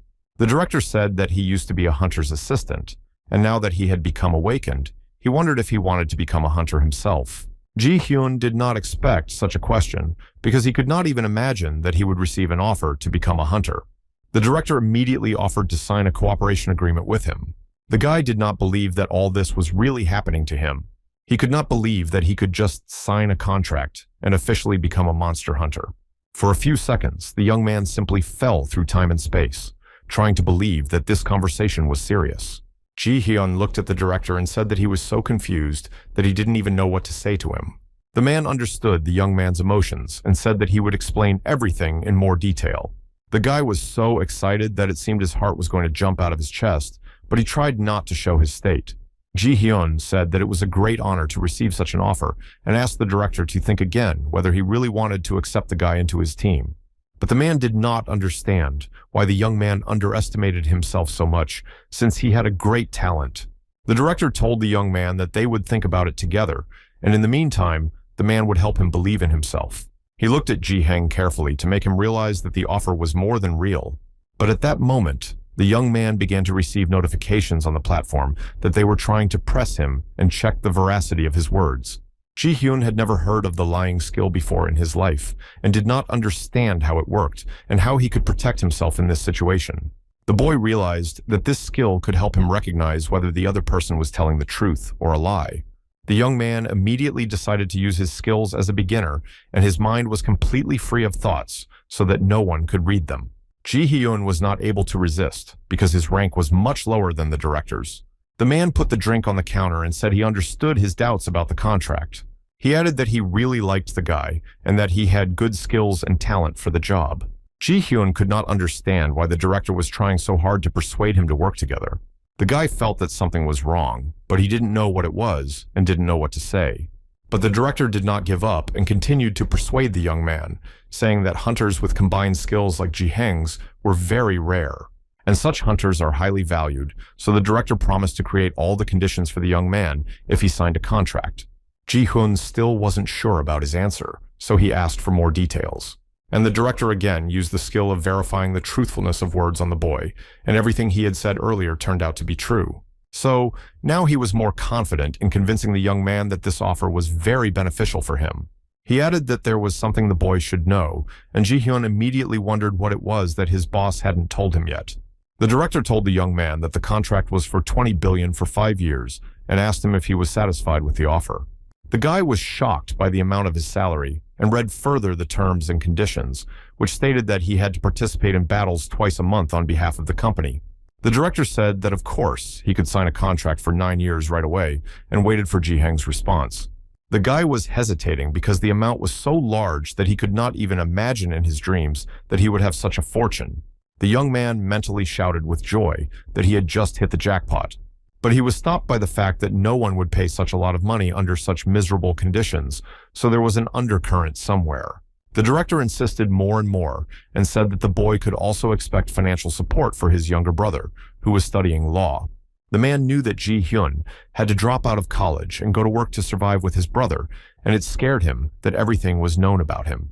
In addition to everything that was offered earlier, the young man could also have a personal assistant. Ji-hyun said uncertainly that he usually liked such conditions, and the director immediately realized that the guy agreed to cooperate and sign a contract. The young man still did not understand whether all this was really happening to him or whether he was dreaming. He realized that in just one day, his life had turned upside down. Ji-hyun thought that he would most likely be regularly shown on television now, and what the director offers him is more than just good conditions, especially with such a salary. The director could not stand the guy's long silence and said that he understood how much he had to deal with in one day. He advised me to think carefully before answering, because not every day and not everyone is lucky enough to receive such an offer. Ji-hyun apologized to the director and said that he did not understand what to do. But the director replied that he shouldn't worry about anything because everything had already been decided and only his consent was needed. He added that this is why he came to him so early, because they have very little time. This surprised him and made him doubt whether he should agree or not. The young man reflected and knew for sure that he would not get a second chance in his life. Ji-hyun agreed to sign the contract, and the director said that as soon as everything was ready, he would notify the young man. They shook hands and said goodbye before all the formalities were completed. The director left, and the door to Ji-heng's apartment closed. Now he could try to put his thoughts in order. He breathed a sigh of relief because a very important decision in his life had been made. Finally, the guy was left alone and could enjoy the silence in his apartment. The boy immediately recalled his grandfather's instructions that a young man should become happy, and Ji-hyun wondered if what happened to him could be considered happiness. A few days passed before the guy was invited to a meeting about the contract. The venue of the event was a dormitory auditorium. The meeting was quite serious, and there were guards at the door to prevent unpleasant situations that could occur. Many companies showed interest in the boy's personality, and everyone wanted him to agree to cooperate with them. On stage, Ji-hyun was sitting at a table and the director was behind the podium. Everyone understood that the young man was unique and that the simultaneous use of different skills was very rare. Representatives of various companies knew that the boy could become one of the best hunters, because even as a beginner, he demonstrated great skill. With only half an hour left in the conference, all the representatives of the companies tried to learn as much information about the young man as possible. A girl who was a manager of a company named Choi Hyun-jin read the correspondence of the managers of the company where she worked, who decided whether Ji-hyun was really a good hunter. They realized that they needed to lure the boy to their team because his skills could raise the authority of the company where he would work. And now she had to find something to lure Ji-hyun to her side. She knew that if she couldn't come to an agreement with him, she would have problems with her bosses. She looked at the representatives of the other companies who were constantly looking for something. She looked around and realized that 10 years of her work could not be lost, so she had to come up with something. The stage director announced that there were 10 minutes left and asked everyone to get ready. The men from the other company said that their manager ordered them to do everything to keep Ji-hyun working for them. But the other asked how they should do it, because they need to offer something that others cannot. Choi Hyun-jin began to think of ways to fight for the boy's affection, because the competition was incredible. The girl decided to summarize everything she knew about Ji-hyun to find something he couldn't refuse. She knew that he had a brother who was studying law, and he worked as a hunter's assistant to pay for his brother's education. Choi Hyun-jin looked at the young man and saw nothing interesting in his past life. She thought it would be easy to lure him by offering a decent salary. The girl came across the guy's profile on a dating site and was upset that Ji-hyun was not dating anyone because his appearance was attractive. Choi Hyun-jin decided that she would improvise, and the director declared the meeting over and offered to summarize the results. The man suggested starting with the group representing Daekhon. The girl was a representative of this particular team, and the responsibility she had was a bit depressing. She picked up the microphone and prepared a speech to convince Ji-hyun to give Daehong a chance.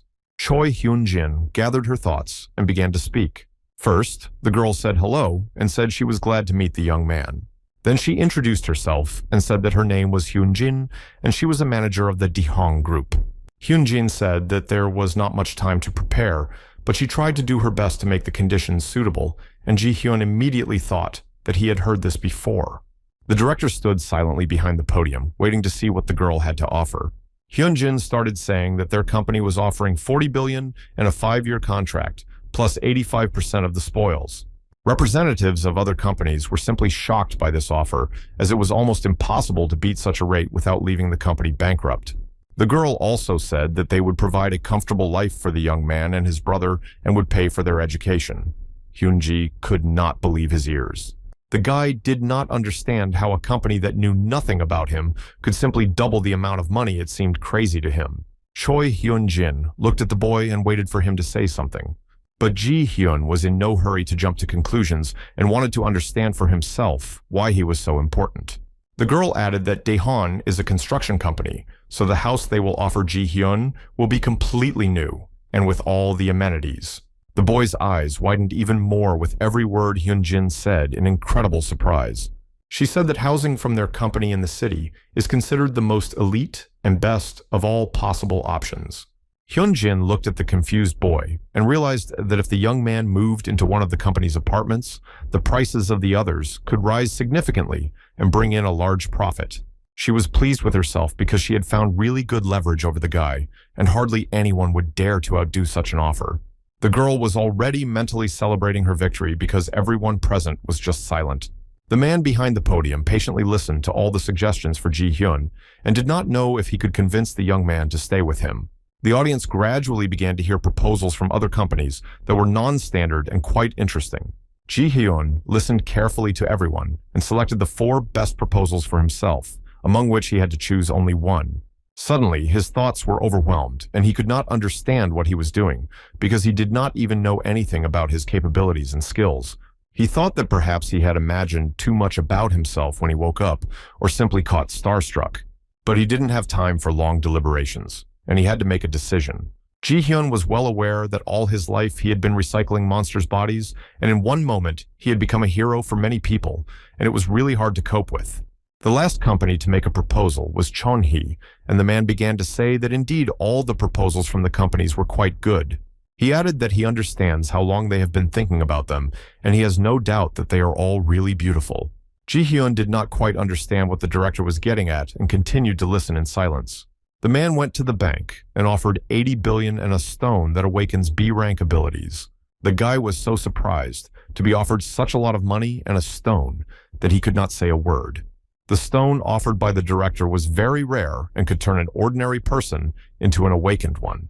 The man looked at the representatives of the other companies and asked if anyone would dare to offer more to lure the newcomer to their side. The girl was furious because she knew that 2 awakening stones were found last year by their company. The director noted that the stone of awakening could be sold for 20 billion.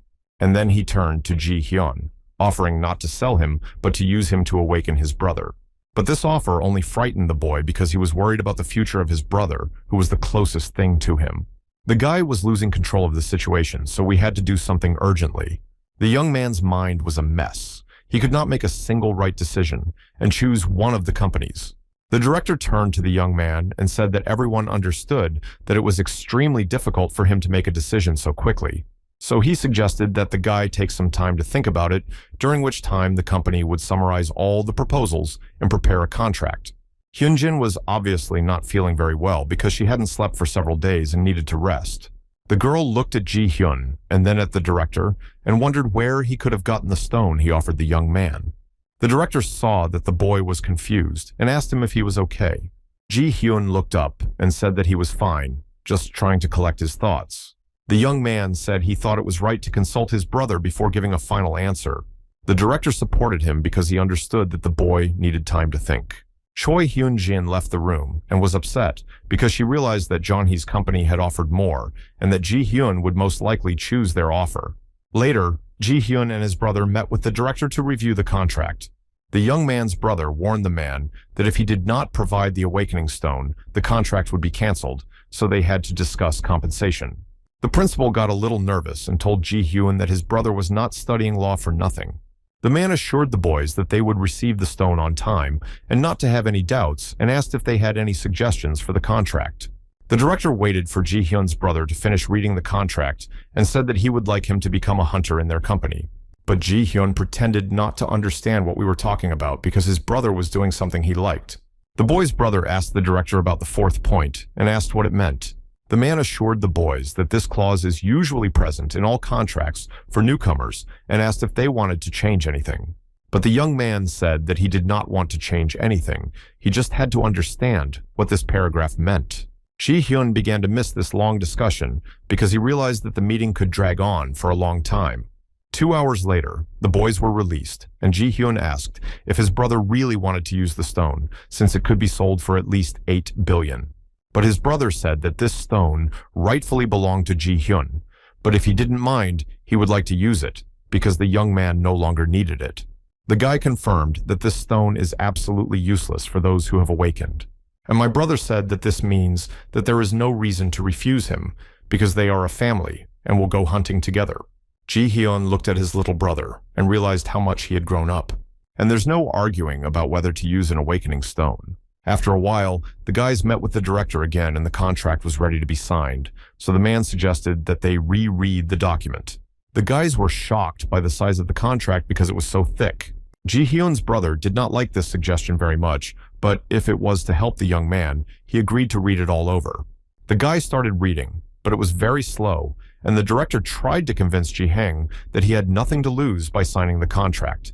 Ji Hyun made a sharp decision and signed all the documents that needed to be signed. With relief, he put the pen down on the table, because now he had made his choice and it was impossible to go back. In his head, he had only the information that he would sign a contract and receive 80 billion and a wake-up call. And the guy's brother still couldn't make a decision because some clauses of the contract scared him.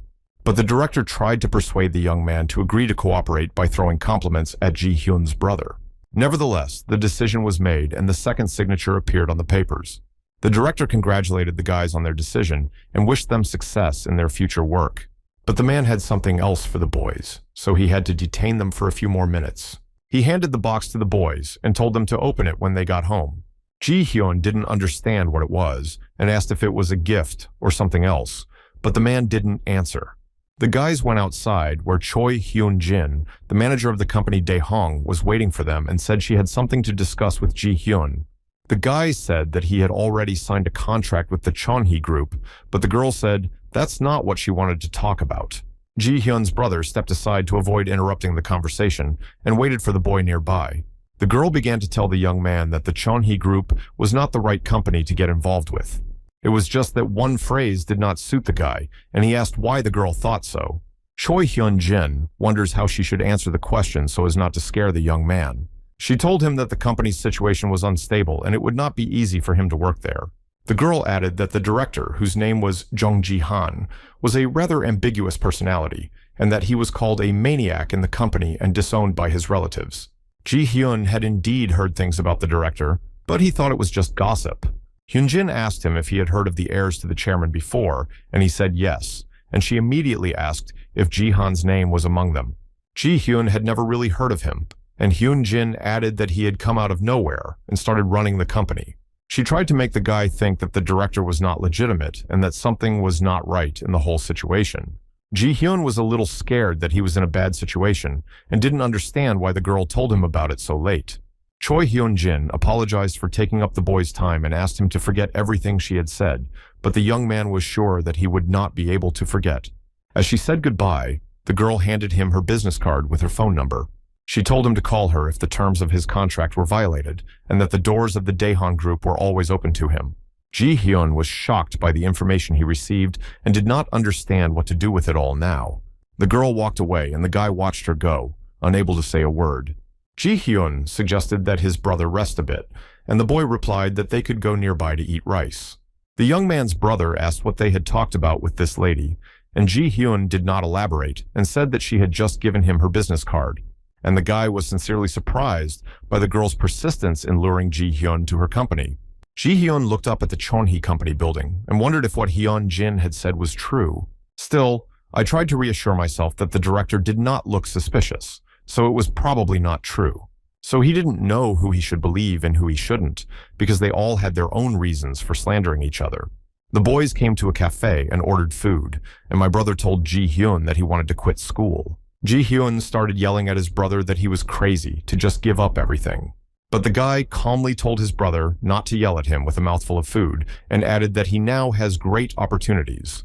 And he doesn't want to waste time, but Ji-hyun said that he dreamed of becoming a lawyer, and the young man replied that it was before, and now he just wants to live life enjoying it. But Ji-hyun was furious because he believed that the boy could lose what he had been achieving for many years. And my brother said that it was easy for him to talk about it now because his life changed instantly for the better. And Ji-hyun, having calmed down, decided to change the subject and said that it was better to think carefully about awakening. My brother agreed and said that there was still plenty of time to resolve all the issues. And in the future, if someone offers Ji-hyun any contracts, don't agree to anything without him.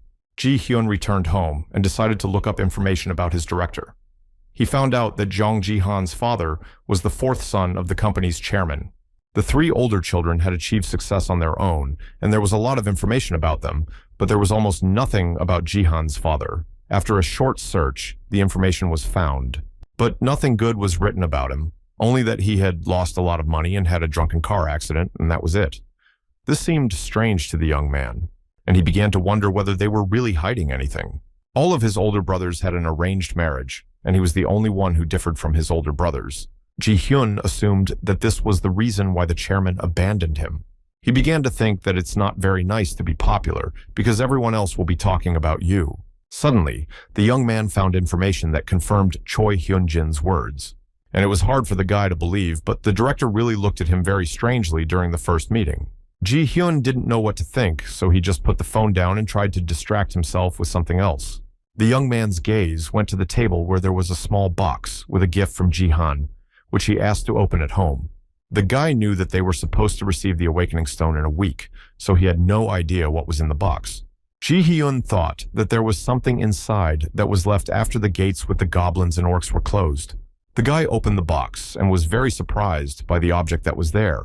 It was a wristwatch, an ordinary watch that was no different from any other existing watch. Still, he hoped that it was not an ordinary watch because it could not be an ordinary watch. Ji-hyun remembered that he had new likes and decided to log on to the platform to learn some new skills. He realized that bonuses were very important if he wanted to become a hunter, even though he could find something interesting in the dungeon. The guy opened the menu and noticed that the design had changed, and there were more skills available to him. The young man realized that with his abilities, the skill activation should take no more than 10 seconds, so he started looking for what he needed. But the search was not as easy as usual, and he had to choose the skills that suited him best. Ji Hung found the Sage's Eye skill and was very surprised that it was so expensive, 100,000 bonuses. The young man had only 108,000 on his balance sheet, so he had to make the right decision whether he needed this particular skill for the battle. The guy needed to buy something to protect and restore himself, so he could not spend so much money and asked to find a similar skill, but cheaper. And the platform found only one option to replace the all-seeing eye, and it cost only 1,580 bonuses. Ji Hyun was delighted with this discovery and rushed to purchase the property for himself. He looked at the screen, trying to understand how his new skill worked. The guy quickly read the instructions and understood how to use his purchase. Now it was time to test the skill on an object. All you had to do was focus on something, and you could get all the information about the thing. The guy immediately realized which item he wanted to test, because there was only one thing in his apartment about which he did not have reliable information. It was a gift from Jihan, a watch the young man focused on, and everything worked out on the platform. Full information about this thing appeared. The watch was created in another dimension and was precise, durable, and waterproof. The young man could swim in it with confidence. But they had no magical properties, which made Ji-hyun very upset. But a gift is a gift, and the young man decided that he would wear them just for beauty. The guy looked at the watch he had read about and accepted that it was an artifact from another dimension. Ji-hyun thought it was very strange that they had a picture of a rabbit on the dial, but he didn't dwell on it and decided to open the status window on the platform. After the young man acquired the all-seeing eye skill, he immediately received several bonuses for quickly figuring out how to use it. Ji-hyun realized that this eye was of little use at such a low level, so he needed to improve this skill over time. He was not interested in just looking at different objects, so he decided to use the skill for its intended purpose. The guy had a beginner's kit that was supposed to allow him to use the skill to its fullest, so he wanted to see if he could do it. Ji-hyun tried to go to the store, but the menu with exclusive items was not available. He knew that he couldn't get stronger by catching monsters. He needed likes and bonuses to do that. The young man spent a long time digging around in the skill shop and bought one of the items on offer, a fire dragon heart that accumulated magical power. Ji-hung was constantly learning new skills and managed to work hard and learn many skills overnight. 2 days later, he received a notification from the bank that the funds had been credited, which was the money that Chung-hee's company was supposed to pay under the contract. Immediately after the notification, a call came from the director, and Ji-hyun had no idea what he wanted to tell him. The guy picked up the phone and said hello, and the director asked if he had received the money, and he said he had, and thanked him. Jong Ji-han told the young man that he would soon receive a brochure on how to use the site, which should make his work easier. Ji-hyun said that he needed to discuss everything with his brother, and then he would call back when they made a joint decision. The guy was tired of making various decisions, and for a moment, he thought he was going to go crazy.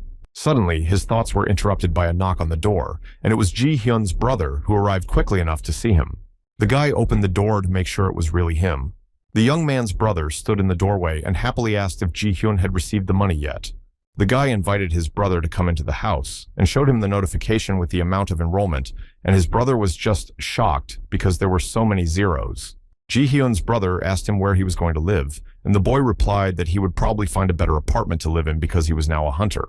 The young man's brother was excited and said that he had already picked up several options for him, which surprised him because he did not expect to deal with this issue so quickly. But no one listened to his opinion anymore, and his brother dragged Ji-heng to look at the options he found. At first, they arrived at the first address to a house with many trees and a fairly cozy yard. Then there was the next version in a more modern and lighter building. The guy's walk and apartment viewing was interrupted by a phone call to Ji-hyun, who picked up the phone from one of the company's branches. They told the young man that he had to join a private group of hunters and that as soon as everything was ready, he would be notified. Ji-hyun was immediately told that his written exam was completed and that he would not have to take this exam again. But the young man definitely did not hand in any written work, and it was explained to him that because he worked as a hunter's assistant, he had all the necessary information. Later, he will be told everything at the practical exam that will be held soon. Ji-hyun understood everything and thanked him. Over the phone, Ji-hyun was told the specifics of the exam for hunters, which was a procedure for all awakened people to be entered into a single database. The entire exam was divided into two parts, theoretical and practical, and data about the hunter could be entered only after passing both tests. Only in this case could the awakened officially become a hunter who risks his life but also receives many privileges. Ji-hyun was a little glad that he didn't have to take a written exam because he didn't remember everything, and the tasks were more difficult now. Ji-hyun realized that the work of a hunter's assistant was also very difficult and dangerous because he always had to deal with bodies that smelled bad and were filled with poison. But the young man was still worried about the practical exam because he did not know what to expect and did not understand the level of difficulty of the tasks. He was told that practice makes perfect and that there would be guards at the gate to assess the participants' skills and disqualify them for attempted fraud. Ji-hyun understood, but he still had a hunch that things were not as simple as they were told. The guy was advised to buy equipment and start preparing for the test. Ji-hung thanked him and asked if he could ask for a favor. The young man said that he is currently looking for a good and safe home, but so far this search has been unsuccessful. Ji-hyun was told that there were no problems and that he would be called back soon when they found a suitable option. A few days later, he waited for the results, and a car came to pick him up. Ji-hung was taken away by the company's director Ji-han personally, which surprised the young man. But the director replied that he had to take care of the newcomers to the company, especially since he had been wanting to talk to the guy for a long time. Ji-han asked the young man if he had put on his seatbelt, and when Ji-han did, the director happily exclaimed that it was now safe to drive, and they went on their way. Ji-han said that since the guy had already signed a contract with the Cheonghi group, he should immediately report any problems he had and asked what kind of housing he wanted. He added that the more detailed the young man describes his wishes, the faster they will be able to find a house for him, and advised him to demonstrate all his abilities at the exam. After that, he would be assigned the appropriate rank. Ji-hyun understood and was already starting to get a little nervous about the exam. The director and the young man came to one of the areas of the city where it was extremely quiet and peaceful, and Ji-han explained that it was a complex of shelters for hunters of the Cheonghi group. But Ji-hyun had never heard of it before, and the director said that the complex was built recently, so it's not very well known to the public. He added that recently they have hired a lot of newcomers to their company, so they decided to expand the apartments. The guy thought that it was no wonder that the Cheonghi group had so many competitors because the director was fully in line with his position. The guys arrived at the house and the director said that it was now his house, and if he had no objections, they could sign the contract. But the guy was worried about whether it was a new house. The director said that he was new, but that his master had said goodbye to life in the dungeon yesterday. This information scared Ji-hang a little. The young man mentioned that he had read an article about the death of one of the best hunters of the Cheonghi group, and now he would live in this guy's house. The director looked at the young man and offered to take a closer look. Ji-hyun got out of the car and thought that he was definitely not looking for such a fancy house, and that's why he felt uncomfortable. They went inside a house that was designed by the best designers in the city. Ji-hang looked around as if he were in a museum. He could not even imagine that someday he would have the opportunity to live in such an impeccable home. The house was so big that the boy began to worry that some ghosts might live here, like in ancient castles. They entered the living room, which had a comfortable seating area with a designer coffee table in the middle, and on the wall hung a giant portrait of a guy who had tragically died in a dungeon and had only recently been the owner of this house. Ji-han looked at the man's photo and said that he was his uncle's favorite, and it was a pity that he died so senselessly in the midst of a battle for power. This phrase began to make the guy think that the hunter had not just died, but that someone had helped him and hoped that he would not have to be involved in the company's power games. The director asked if the young man liked the house because it was a great shelter from monsters and not everyone could afford such a place. The man added that the cost of this housing is quite low and that hunters do not pay taxes, so it is a very good deal for the guy. Choi Hyun-jin's words about not contacting the Cheonghi group did not leave Ji-hyun's mind. He was trying to decide whether to agree, because it was a special place where hunters live, which is far from human eyes. The director gave the boy a rental agreement and told him that after he had seen everything, he should go to the training center, where all the hunters would soon gather.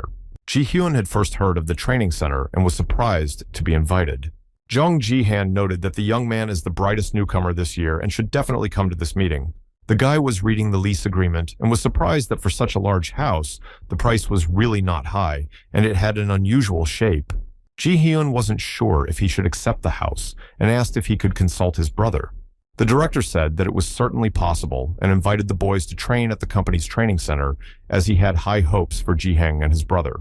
The boy immediately asked the director when he would be able to receive the awakening stone, and the man replied that his brother wished to receive it next week. Ji-hyun realized that the young man was determined to become a hunter because it was the chance of his life. The guy read the papers carefully, but nothing came out because his head was full of completely different thoughts. Ji-hyun began to worry a lot about his brother because his life was now at stake. The boy put the documents away and the director suggested that he move on. They walked along a road with high fences on its sides that hid the houses of other hunters in the company who lived there. The director and Ji-hyun arrived at the training center, which was not far from the house the boy was to rent. They approached the front door, and the young man looked around as if he had entered another dimension where everything was different from Ji-hyun's usual life. The director and the boy were walking down a long corridor, and the man told the boy that they had to secure the place because of the information leak. Ji-hyun was surprised because the training center was quite bright and spacious and could not be said to be hidden, and they walked further down the corridor. Everyone who came to meet them greeted Jong-hee-han in a nice way. There were a lot of newcomers there, and everyone was wearing different costumes, which surprised Ji-han. The director and the boy approached the elevator, and the young man noted that all the newcomers were quite confident, and Ji-han said that this was just a turning point in their lives. Ji-hyun understood this as well as anyone else, and was worried that he might embarrass himself in front of everyone present. The guy was nervous because he was told about the faction battles, which were quite brutal and meant that the exam would not be easy. Finally, they got to the training room, where everyone was engaged in various exercises and practiced various combat techniques. Ji-hyun was amazed at the scale of the gym and how it all looked. The director noted that the company is obliged to provide all the conditions for training hunters, and it was really possible to have a good time here. The hall was equipped with sparring markings, a boxing ring, dumbbells, barbells, punching bags, and everything else you could want. Ji-hyun was convinced that the Chonhee Corporation was indeed a giant and influential company.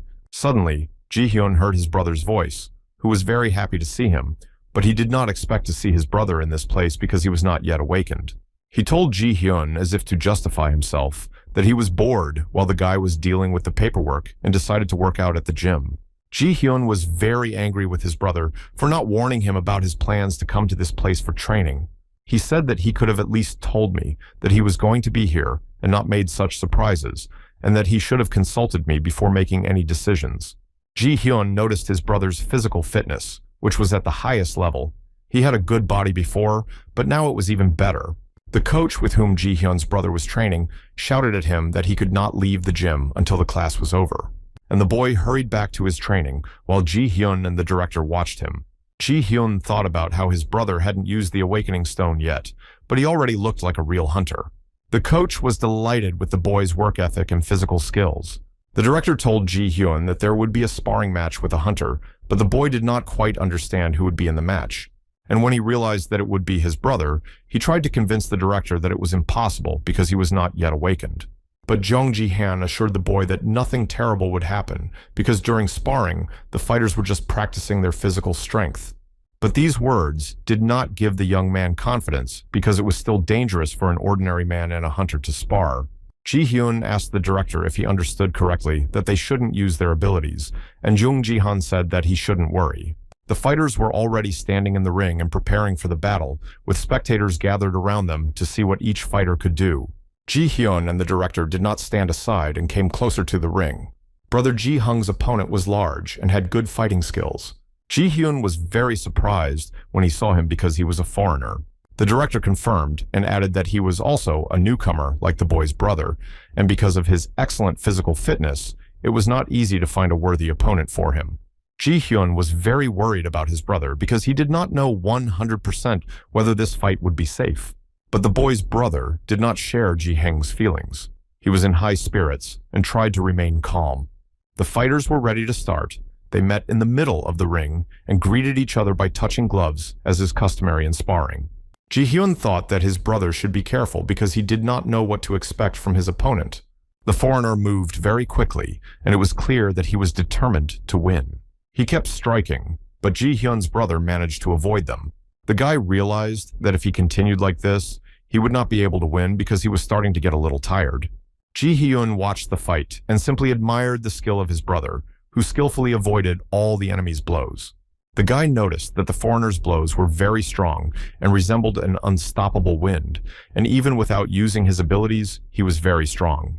During the battle, Ji Hyun's brother tried to find the right time to attack because it was not an easy task to win. As soon as the young man noticed a gap in the foreigner's defense, he kicked him hard, but the opponent managed to put up a block. The coach supported the young man and shouted that he would succeed in order to raise his morale. The enemy was not going to give up and attacked Ji Hyun's brother with powerful speed. He made a series of blows, but it was all in vain because the guy did not miss a single one. And when the right moment came, he hit the enemy with all his might, hitting him squarely in the head. The young man was pleased with himself and with the fact that his opponent had finally let his guard down and allowed him to strike. The blow was so successful that the foreigner lost control of his body and began to fall. Observers were shocked by this development, as almost no one was betting on the victory of a guy who had not even become awake yet. Ji Hyun couldn't believe his eyes either, because although he was a newcomer, he was an official hunter. The director looked on calmly and assumed that Ji Hyun's brother had managed to hit the right spot on the impact. He added that he did not expect the guy to be so strong and that he was not afraid to spar with the hunter. Everyone was looking at the ring and admiring Ji Hyun's brother because he had really proven himself. Jung Ji-han noted that he had never met people who could read the movements of hunters, and Ji Hyun thought that his younger brother was indeed very talented. The fight continued, and the foreigner again failed to hit the young man even a little. All his blows were just in the air. Ji Hyun's brother decided to go on the attack and was again lucky enough to deal some good blows to the enemy. And the foreigner started to get nervous because he couldn't lose to an ordinary guy because he would just be laughed at, so he decided to go against the rules. Ji Hyun noticed that his brother's opponent began to use his abilities that could cause significant damage to the young man. The foreigner's strength had increased significantly and was now hardly defeatable. Ji Hyun realized all the risks and tried to stop the fight. Ji Hyun's brother did not immediately realize what had happened and wanted to keep fighting. But in just a few seconds, he began to realize that he could not win. The director and Ji Hyun were shocked by everything that was happening because everyone knew that the powers were forbidden to use. Ji Hung's brother missed the furious blow that the enemy had dealt using his powers of strength. The guy was thrown back by a powerful blow and had no chance to hold on. He fell behind the ropes and immediately lost consciousness because an ordinary person could not withstand the blows inflicted by the hunters using their skills. The coach did not understand how such a trouble could happen and what to do if the young man did not get better. Ji-hyun immediately ran to his brother to make sure he was at least alive and asked how he was feeling. Ji-hyun's brother woke up and wanted to say something, but he was physically unable to, so Ji-hyun told him to lie still and not to strain. The coach also immediately ran to the boy because he knew that he was responsible for his injuries.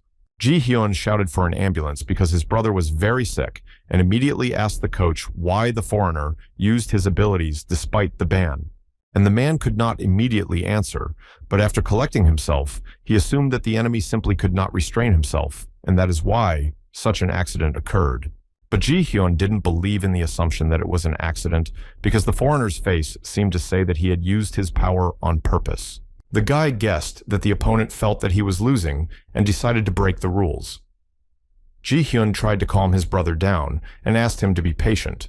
The young man tried to provide first aid to his brother using his massage skills, but it was no use. The damage Ji Hyun's brother had sustained was too great. The men who stood by said that the guy probably just had no experience in sparring, so it happened. Finally, the doctors arrived and rushed to the guy to take him away and provide him with the necessary assistance. The doctors put the young man on a stretcher and applied a cold heating pad to the injured area to prevent swelling. Ji Hyun told his brother not to worry and assured him that everything would be fine and promised to make the foreigner apologize to him on his knees. The doctors took the guy and brought him to the medical office to provide the necessary information. The director stood behind him and hesitantly called out to Ji Hyun because he felt that he was also to blame. Jung Ji-han apologized to the young man and said that he did not think it would turn out like this, but Ji Hyun blamed him because he assured him that the fight was safe. The principal understood the boy's anger directed at him, but he was really sorry that such an unfortunate situation had occurred. Jung Ji-han said that the company would take full responsibility and have a proper conversation with the offender of the boy's brother. But Ji-hyun did not agree with this solution to the problem and said that he would deal with it himself. The director did not expect this from the young man and did not know how to react. Jung Ji-hwan said that he could not allow this fight because it would be very dangerous, but Ji-hyun was more than serious.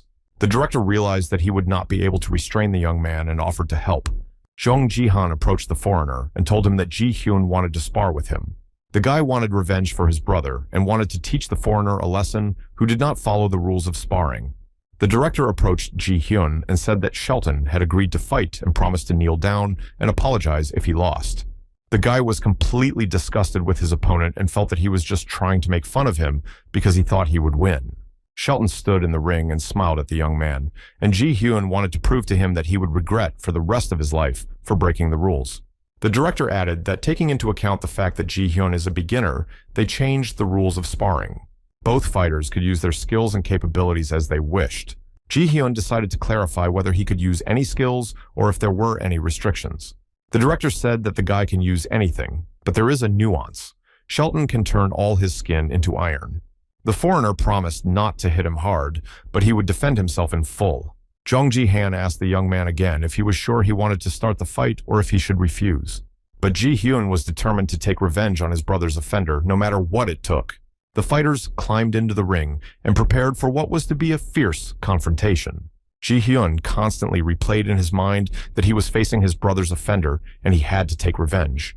The trainer stood in the middle and once again announced the rules. You could give up at any time if someone was outside the ring, and if they lost, they were allowed to use their abilities. Everyone understood everything, and the coach blew the whistle to symbolize the beginning of the sparring. After the whistle blew, everyone but the fighters left the ring and got ready to watch the fight. Jung Ji-han was very worried about Ji-hyun because he realized that he could not let the young man get hurt because he had high hopes for him. The boy looked at Shelton and waited to see if he would use his defense or not, because the young man knew nothing about his opponent, and neither did he. It didn't take long for the foreigner to start using his defense, which the director informed Ji-hyun about. A moment later, Shelton was covered in iron armor, which reduced Ji-hyun's chances of winning. But this did not scare him, because such actions from the enemy were expected, so the young man did not wait and began to activate his skills. He closed his eyes and concentrated on what he had to do to help in this sparring match. The boy asked for the blessing of the gods, and his strength and agility were increased. The young man rushed into the attack, and the audience could only hear questions about what those flickering things were around the boy, assuming that they were wind spirits. The director himself was shocked because he had never seen Ji-hyun in battle in person, only on video, and did not know all the skills the guy had. The fighters were ready for the battle. Both guys were confident in their abilities and did not want to give up the lead. Shelton looked at the young man and waited for him to attack, convinced that Ji-hyun would not be able to do him any harm because he had a defense that no one could break. But Ji-hyun intended to surprise his opponent and prove that he was not as strong as he thought he was, and the young man activated his speed boost. With the speed of the wind, the guy rushed at his opponent, leaving him almost no chance to strike. All the spectators, led by the director, watched Ji-hyun with open mouths because they had never seen such speed from hunters before. The boys circled around Shelton, and the man could not catch the young man's eyes even for a moment. The foreigner couldn't understand what Ji-hyun was doing and how he was doing it. Ji-hyun stopped for just a second and activated the shadow skill, and now every time he stepped on the enemy's shadow, he took away some of his speed. The guy kept going and tried to take as much speed as possible from his opponent. When the time taken away reached 10 minutes, Ji-hyun was happy because now Shelton could hardly even move his armor. The man realized that he could do nothing, but it was too early to give up because he was afraid of becoming a laughingstock for everyone. All the viewers were shocked by Ji-hyun's work and simply admired the guy's skill. Ji-hyun realized that now was the time to act because there might not be another opportunity. The guy set himself up and used the magic skill of flying arrows to harm his opponent. Thousands of magical arrows flew out in search of their target, and you could see the terror beginning to grip Shelton. He realized that he would not be able to repel such an attack, and he had only hope for an iron skin. The arrows began to hit Shelton, and a large cloud of dust began to rise from the contact of magic with metal. The audience watched this action without looking away because they had never seen such a fight with their own eyes before. After Ji-hyun's attack, Shelton's slowing effect began to subside, and the man began to move. Luckily for the foreigner, his armor held up and the battle had to continue. Shelton was furious and wanted to show the boy his strength because he did not want to become a laughingstock in the eyes of the audience. Its speed was quite high, considering its size and appearance. But Ji Hyun did not get confused and used the acceleration skill and managed to avoid a collision with the Iron Man. Shelton was shouting something in a language that no one but the director understood. Ji Hyun continued to move around the enemy with incredible speed and strike him. He stopped and decided it was time to finish what he had started. He decided to use the skill of high-speed strokes of white and black shadows. Ji Heng's director watched the young man and realized that the fight would soon be over, and not in Shelton's favor. Ji Hyun fought back blow after blow and felt that this was definitely not a beginner and most likely had quite a bit of experience in fights. The director watched the fight and thought that Shelton's punches were strong enough but slow. Ji Hyun tried to think of a way to get closer to the enemy to strike. The guy thought that maybe he should buy the same protection as a foreigner, because the man was really holding up quite well, but it was obvious that he was tired. Ji Hyun began to notice that he had managed to hit Shelton, and the magic arrows had worked. And it was a good chance for the young man to end the fight with a victory. The guy got as close to the foreigner as possible in anticipation of his attack. As soon as Shelton raised his hand to attack the young man, Ji Hyun slipped under his arm and got behind his opponent's back without any obstacles. And he struck him with his swords on his back, where the iron skin was already damaged. The man just wanted to push the boy away, but Ji Heng's speed was much faster than Shelton's. That's why the foreigner had to experience the guy's attacks over and over again. The iron skin was beginning to crack from the powerful blows delivered by the newly minted hunter. Ji Hyun realized that Shelton's defense was not as reliable as they had said. The guy decided not to miss his chance and started to launch fast, strong attacks that left no chance for the foreigner to stay on his feet. The shock in the director's eyes was so strong that he could not say a word. The iron armor could no longer perform its functions, and it was clear that Shelton was already in pain. Ji Hyun gathered his strength and prepared to strike the last blow to his opponent. The guy kicked Shelton hard, and the foreigner was unable to stand on his feet and began to fall. The man was on his shoulder blades, and Ji Hyun was sitting on top of Shelton holding him with his swords. The young man's opponent was unconscious, which meant that Ji Hyun had won. The boy was crazy with a thirst for revenge for his brother, and could not restrain himself, even though he had already defeated Shelton. He was shouting for the foreigner to apologize, but at that moment a coach rushed to the young man and asked him to stop because Shelton could lose his life. The coach desperately asked the principal to stop Ji Heng because he seemed to be unable to hear anyone. Young Ji-han tried to get out of his stupor and do something to make the guy stop. He slowly began to approach him and told him to calm down because the fight was over and that Shelton could not apologize now because he was unconscious. Ji Hyun lowered his weapon and gradually came to his senses after a frantic rollback of emotions. All the spectators were amazed by the fight and admired Ji Hyun, so they began to give him their likes. Ji Hyun left the ring, and men began to approach Shelton to help him. The company's director did not know what to do because he did not expect the sparring to end in such a way. The doctor examined Ji Heng and asked him if he was a beginner, to which the young man replied that the doctor had reliable information, and it was true. The audience discussed the fight and admired Ji Heng's powerful attacks, which helped him quickly defeat his opponent. The men were sure that the guy definitely had combat experience. Ji Hyun heard everything, but he was in no mood to answer anyone. The doctor examined him and was surprised because after such a difficult battle, there was not a single wound on the guy's body. And the discussions among the men did not end because they did not understand how Ji Hyun managed to use different skills at the same time and decided that he was God's chosen one. The conversations continued, and in the distance, at the entrance to the hall, I could see the silhouette of a girl heading toward the crowd. The girl stopped and started clapping, drawing everyone's attention to her. She said loudly, so that everyone around her could hear, that the fight was really quite interesting.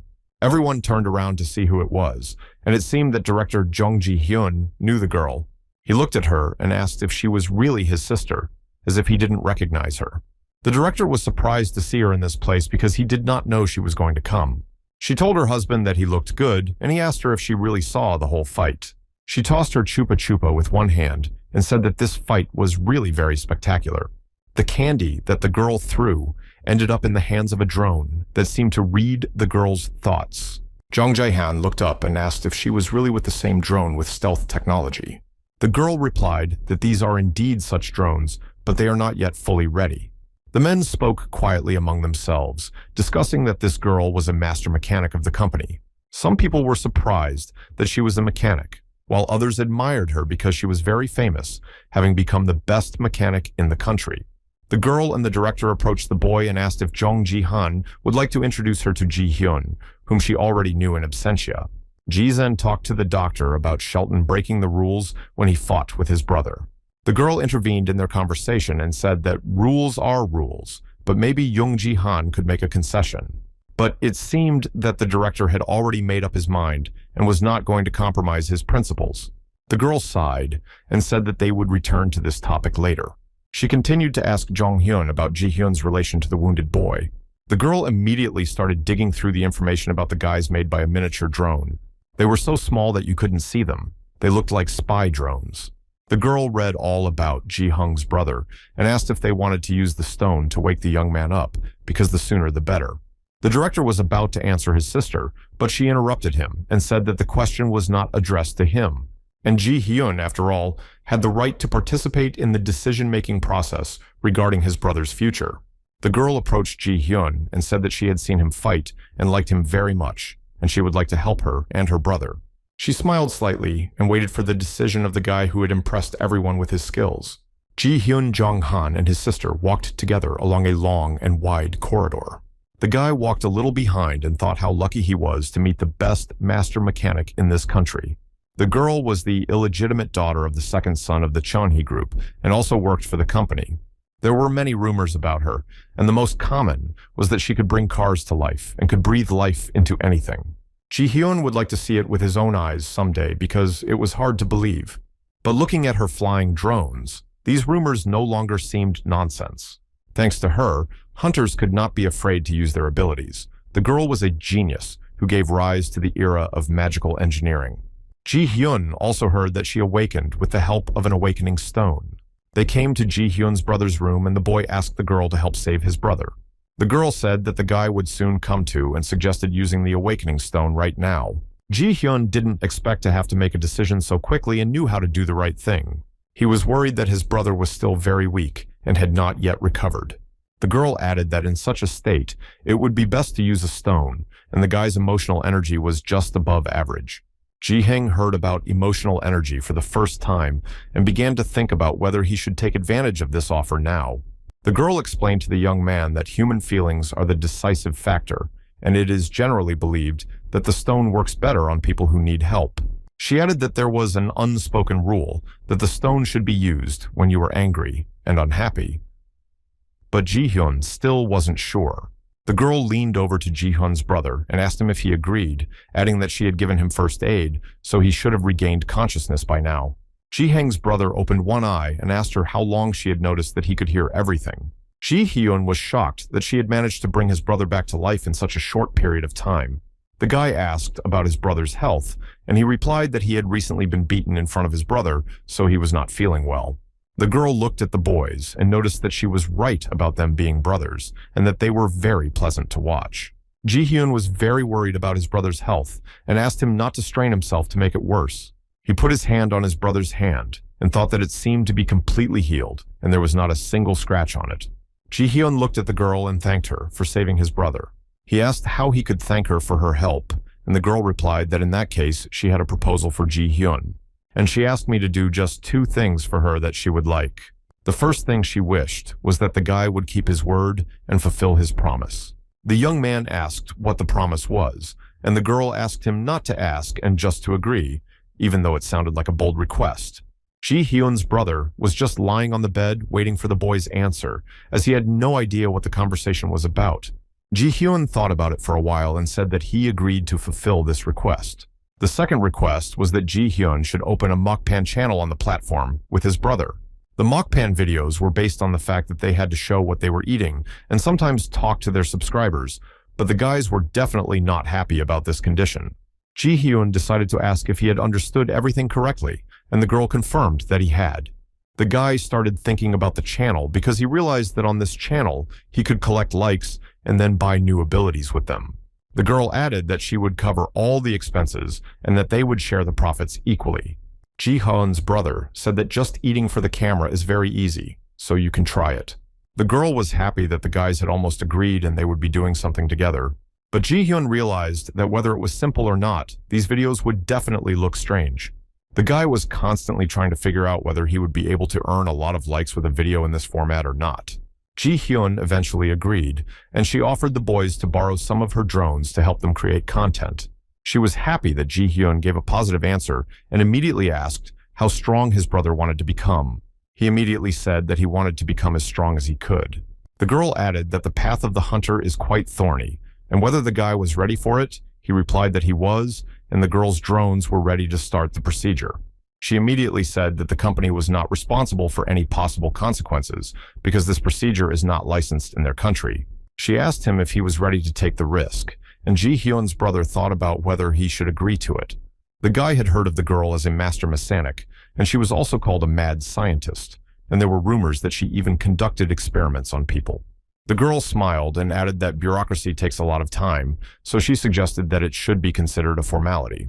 And after these words, the guy realized that the gossip about her was true. The girl stood next to the young man and asked him how it felt to be her test subject. And without waiting for an answer, she told me not to worry and that everything would be fine. She continued to convince him and said it would be a pity if the brothers had to lose each other. And the young man began to feel afraid. Of course, he wanted to believe the girl's words, and her rich experience inspired confidence. The guy gritted his teeth and decided that it was too late to turn back and give up one step before the longed-for awakening. He looked the girl in the eye and said he agreed and asked her to take care of him. The girl smiled and said it was nice to deal with smart people. She said it was time to start and asked if I had mentioned that the procedure was not painful at all. But Ji-hyun's brother could hardly believe it, and his fear only grew, but he had already made up his mind and had to start. The boy had a dream in which he was with his brother Ji-hyun, who called him and said that he had bought a ham, and he was very happy because they didn't have much money and ham was a festive dish. The boy immediately offered to eat it, and Ji-hyun told his brother to bring the bread while he went to cut up the delicious food. Ji-hyun went to the kitchen and began to cut the ham into slices, shouting at his brother to hurry up. He quickly returned with bread, and they began to enjoy a delicious meal. Suddenly, different words began to appear before his eyes, and he was frightened and told Ji-hyun that this ham was strange. But his brother instantly disappeared and he was left alone, while he seemed to be picked up by something and moved to another place. And over his head, new entries of words and individual letters were constantly appearing. Ji-hyun's brother was very scared because he did not understand what was happening, and his older brother was missing. He ran out of the apartment and asked his brother for help, but there was no one around. Suddenly, he stopped and saw that unknown inscriptions were appearing and changing around him on the street. And these words began to fill absolutely everything around him, and the young man found himself in the grip of unknown signs. The guy desperately tried to understand what these signs were and what they meant, but it was all in vain. The young man was calling his older brother, but suddenly an unknown man appeared in front of him and asked why he had called him. The guy was now even more frightened because he wasn't going to bother anyone and call them. The man seemed very scary and big to the little boy, and it was difficult to see him because his hood completely covered his face. They stood opposite each other, and the boy seemed to calm down a bit. Ji-hyun's brother did not understand anything at all and did not know what to expect from this strange man. The man looked at the young man carefully and said that it was because of him that he had to appear in this place. He added that he felt that the young man was looking for a way to the river of truth, but it seemed that he came too soon. The boy was looking at the man's face and constantly wondering who he was.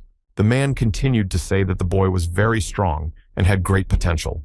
But the young man could not say a word, even though he wanted to ask many questions. It felt like his voice had simply disappeared. But the man did not stop and said that the one who understood part of the truth would receive a gift from him and asked what the boy wanted. The young man gathered his thoughts and dared to voice his wish. The guy said he really wanted to help his brother and was ready to do anything for him. The man looked the boy up and down and asked if this meant he wanted to keep the family together. The old man began to cast spells and said that the boy was very interesting and had a very pure soul, but that being born from ink hieroglyphics, his life would not be easy. The man looked at the young man and said that it was his gift and asked if he was ready to accept it. The boy began to approach him, and the man said that the young man could stay in this place as long as he wanted, but the boy refused because he had many things to do. The man said that then we would have to say goodbye and called him a child of the evil world, after which the boy seemed to fall through the ground. Suddenly, Ji-hyun's brother opened his eyes and woke up in the hospital room where he had been before. After waking up, he immediately began to scream, as if his dream had not yet ended, and the young man was still falling down. When Ji-hyun heard his brother's voice, he was surprised that the boy had regained consciousness so quickly. The girl looked at him from the outside, as if she had no doubt that she would succeed. Ji-hyun ran up to his brother and immediately started asking him how he was feeling and if everything went well. The young man smiled and said that he was fine and felt very well. Ji-hyun could finally breathe out and calm down because his brother was not injured after the procedure. The girl interrupted the boy's conversation and began to say that everything had worked out and the boy had returned safely, and asked if he had said goodbye to Young and Ting. The guy was lying down after the procedure and did not even have time to answer the question. Ji-hyun asked the girl who she was asking about and why his brother had to say goodbye to someone. At that moment, Ji-hyun's brother realized who the man from the dream was and that it was not a dream at all. The young man saw one of the drones shining a blue light at him. The guy was lying still because he did not quite understand what the machine was doing and why his body was being scanned. A few minutes later, the drone began to signal that the scan was complete, and the girl offered to look at the results. The girl was looking at the information provided by the drone and was very surprised by the result. She looked at brother Ji-hyun and congratulated him because he had been promoted to a rank. Ji-hyun was shocked, just like his brother, because it took a lot of work to get the A rank. She was just very happy with her work because not every time everything ended so positively. The young man was overjoyed that his dream had come true, that all the risks had paid off, and that he could now be reunited with his brother. The boys and the director came to the training room, and Jung Ji-han told the boys about the records that allowed them to explore the dungeon. And he said that they would be able to coordinate with them easily, and this would make their work easier. But Ji-hyun's brother had doubts that even with his rank, it would hardly work, because he knew nothing about his abilities. And the director suggested that he try to use his skills right now. The young man was a little embarrassed, but agreed to try. Ji-hyun also supported this idea and asked his brother to show his abilities to him. The guy agreed and began to tune in to his newly acquired powers. The young man concentrated and tried to use his abilities for their intended purpose. At first, he imagined what it should look like, and he started to get it right, and the magic began to manifest itself. Unknown symbols began to cover the boy's entire body and clothes. These symbols appeared even on his face and head, and the whole action was simply mesmerizing. Unexpectedly, these symbols began to swirl around Ji-hyun. One of the signs appeared on the guy's clothes, and it felt very strange, not like usual. The boy was surprised that his brother used his powers to test him. Symbols covered Ji-hang's skin, and he had no idea what to expect, but he trusted his brother. He felt his skin begin to grow stronger than usual. Ji-hyun loudly asked his brother if he understood correctly that he now had the skills of Shelton. The guy felt that his body had become as strong as steel, and it was a great armor. He was very happy because now it could be used during various battles. The director was watching and was really impressed that the young man could do such things. Ji-hyun was so impressed that he asked his brother to demonstrate some more of his abilities. But the guy said that he hadn't had time to properly understand everything yet, but he could already make it stronger, faster, heavier, lighter, and all that. But Jung Ji-han was a bit surprised that this was all he had learned, because of course, these are good skills, but they were clearly not up to grade A. Ji-hung's brother was of course upset that, despite his high rank, his powers did not quite meet expectations. Ji-hyun didn't really understand why there was such a discrepancy in rank and strength, or if his brother was hiding something. After all, there had to be something else, and Ji-hyun hoped that his brother would tell him everything in person later. The boy's brother did not want to wait, and immediately asked the director to sign a contract with him.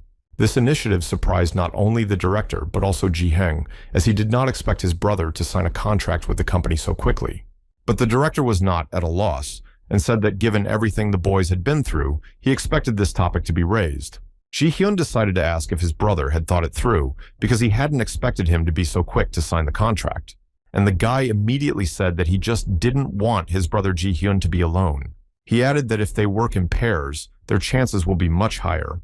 Ji-hyun was very surprised that this was a really good reason for the guy to sign the contract so quickly. The young man added that he had already said that wherever Ji-hyun was, he would always be there to live together and die together. And the young man immediately decided to change the subject and said that he was now awakened to the same class A.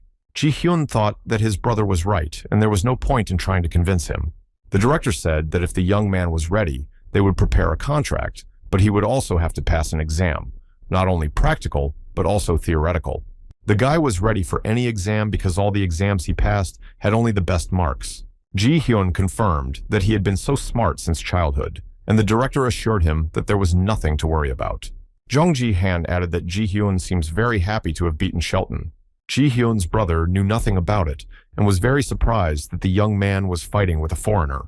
But Ji Hyun modestly replied that one should not exaggerate his achievements so much.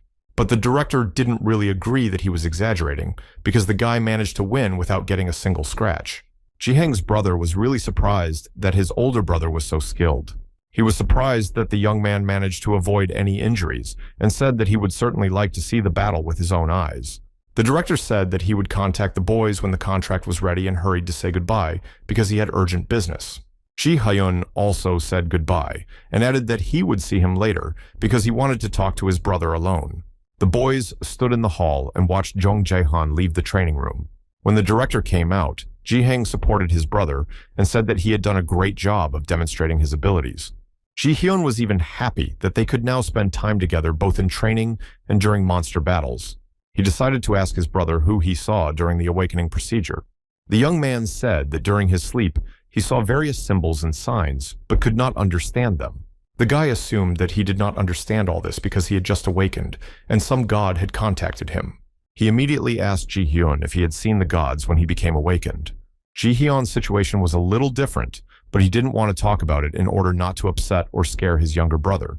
But the young man realized that Ji Hyun had not seen the gods as he had, and this seemed very strange to him. Ji Hyun decided to change the subject and suggested going out to eat. But the guy had a lot of questions that no one could give a clear answer to. The young man thought it was strange why Ji Hyun couldn't see the gods, which meant that there was some kind of malfunction in the system, and it was wrong. And these words of his brother made Ji Heng think that something was really going wrong. The guys came to the canteen to have a snack and talk in a relaxed atmosphere. There were not many people, and no one interrupted their conversation. Ji Hyun's brother said that he saw the four eyes that see the truth on the ibis papyrus, and someone close to Huang He, but the real name of the god did not appear. He knew that the gods who chose him were the same gods who sent him the message, and he assumed that these are the four eyes that see the truth, or in another way he was also called Tsangjia. Ji Hung listened attentively and did not interrupt. I just asked who Tsangjie was, and the young man began to say that he didn't know the details, but he had heard that it was he who invented the Chinese writing system. People say that he was not only an emperor but also a deity, although there is no exact data, but whoever he was a powerful god. The boy hoped that he would be able to master the skill with Chinese characters in the future. Ji Hyun summarized that his brother had great potential and was not in vain enrolled in Class A. He immediately asked for details about the papyrus, and the young man said that it was a little easier, and he thought it was the god Thoth from Egypt. He is the god of wisdom and knowledge, and he knows all the secrets of the world, which is why he is also called the god of magic. Ji Hung was surprised and asked if this could mean that his brother would be able to learn ancient skills. And the young man immediately said that since he was the god who found the hieroglyphs of Egypt, he must have powerful ancient magic. Ji Han looked at his brother and thought that these were writings, and perhaps they connected the boy to the gods. But that was not all, and the young man began to talk about another unknown person who was close to Huang He. The boy did not know exactly who it was, but the only name that came to his mind was Kangil. He had heard somewhere that some heroes who were not gods could also choose hunters. Ji Hyun tried to put all the information he had received on the shelves and could only guess what abilities his brother could have. The guy noticed that Ji Hyun was thinking and asked him what was going on in his head, and Ji Hyun said that it was just too complicated to understand. He understood little about legends and writings, so he knew almost nothing about how they could be useful and what power they had. He had also heard that an ordinary person should not mess with the gods at all. But if his brother was chosen, why not think about Sejong the Great, who was the one who invented the Korean writing system? The guy thought that he could probably get bonuses since they all used the system invented by this god. The young man felt that in any case, he had to follow the advice of the gods who had chosen him, for he might miss something important if he chose the wrong god. Ji Hyun didn't quite understand how his brother could feel this way and understand how to choose the right person.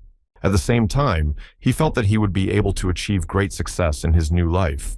A few weeks passed, and the day of the exam for the hunters came. On this day, many people gathered outside the center. The journalists wanted to talk to the newcomers and get at least a few comments on their expectations and mood. A group of newly minted hunters gathered at the entrance and waited for further explanations. Ji Heng was a little confused by the fact that there were more journalists than hunters, and his brother suggested that the reason could be the video of Ji Heng sparring with Shelton. He said that people are still shocked by the newcomer who dealt with an experienced hunter in 2 seconds. Ji Hyun noticed that the residents were delighted with the video because the likes were pouring in. The guys were walking down the hall and suddenly stopped because they noticed a familiar face. They were surprised that the director was present at the event, and Jong Ji-han said that he should be present at such important meetings. The director began to tell Ji-hyun that he was pleasantly surprised that his sparring video had become the first in the recommendations in a short time. Jong Ji-hyun added that the whole country was going crazy and constantly watching every step of the young man, and Ji-hyun was a little embarrassed by this. The director also added that they had to fire Shelton after he failed to control his emotions and violated the rules of sparring. Jung Ji-han said that the foreigner had created many problems for the company before, and his professionalism was in question, so the decision to dismiss him was made unanimously. Ji-heng's brother smiled and said that he even felt a little sorry for Shelton. The director looked out the window and drew the boys' attention to the crowd of Ji-hyun fans who had even created a fan club in his honor. He added that after all the events, that's what people do. Support him, and immediately asked if he could continue to rely on the boys' support because it was important to the company. Ji-hyun was embarrassed by the amount of attention and assured him that he would not let Jong Ji-han and the Jeonhee company down. A man at the door to the classroom announced that all candidates had to go to the exam room and follow all the instructions to confirm their identity. Ji-hyun began to worry that the exam was about to begin, and his brother immediately wished him good luck. The principal told the young man that he had found someone from Jeonjin to help him with the exam. Ji-hyun's brother immediately realized what director Jeongjin was talking about. It was a branch of the Jeonhee company, and the CEO was Jihan Jung. A young girl approached the boys, and the director said that she was their employee who would help Ji-hyun with the exam. Ji-hyun greeted him kindly and thought that only recently he had been the hunter's assistant, and now he had an assistant himself. So the boy and his girlfriend went for an identity check before the exam.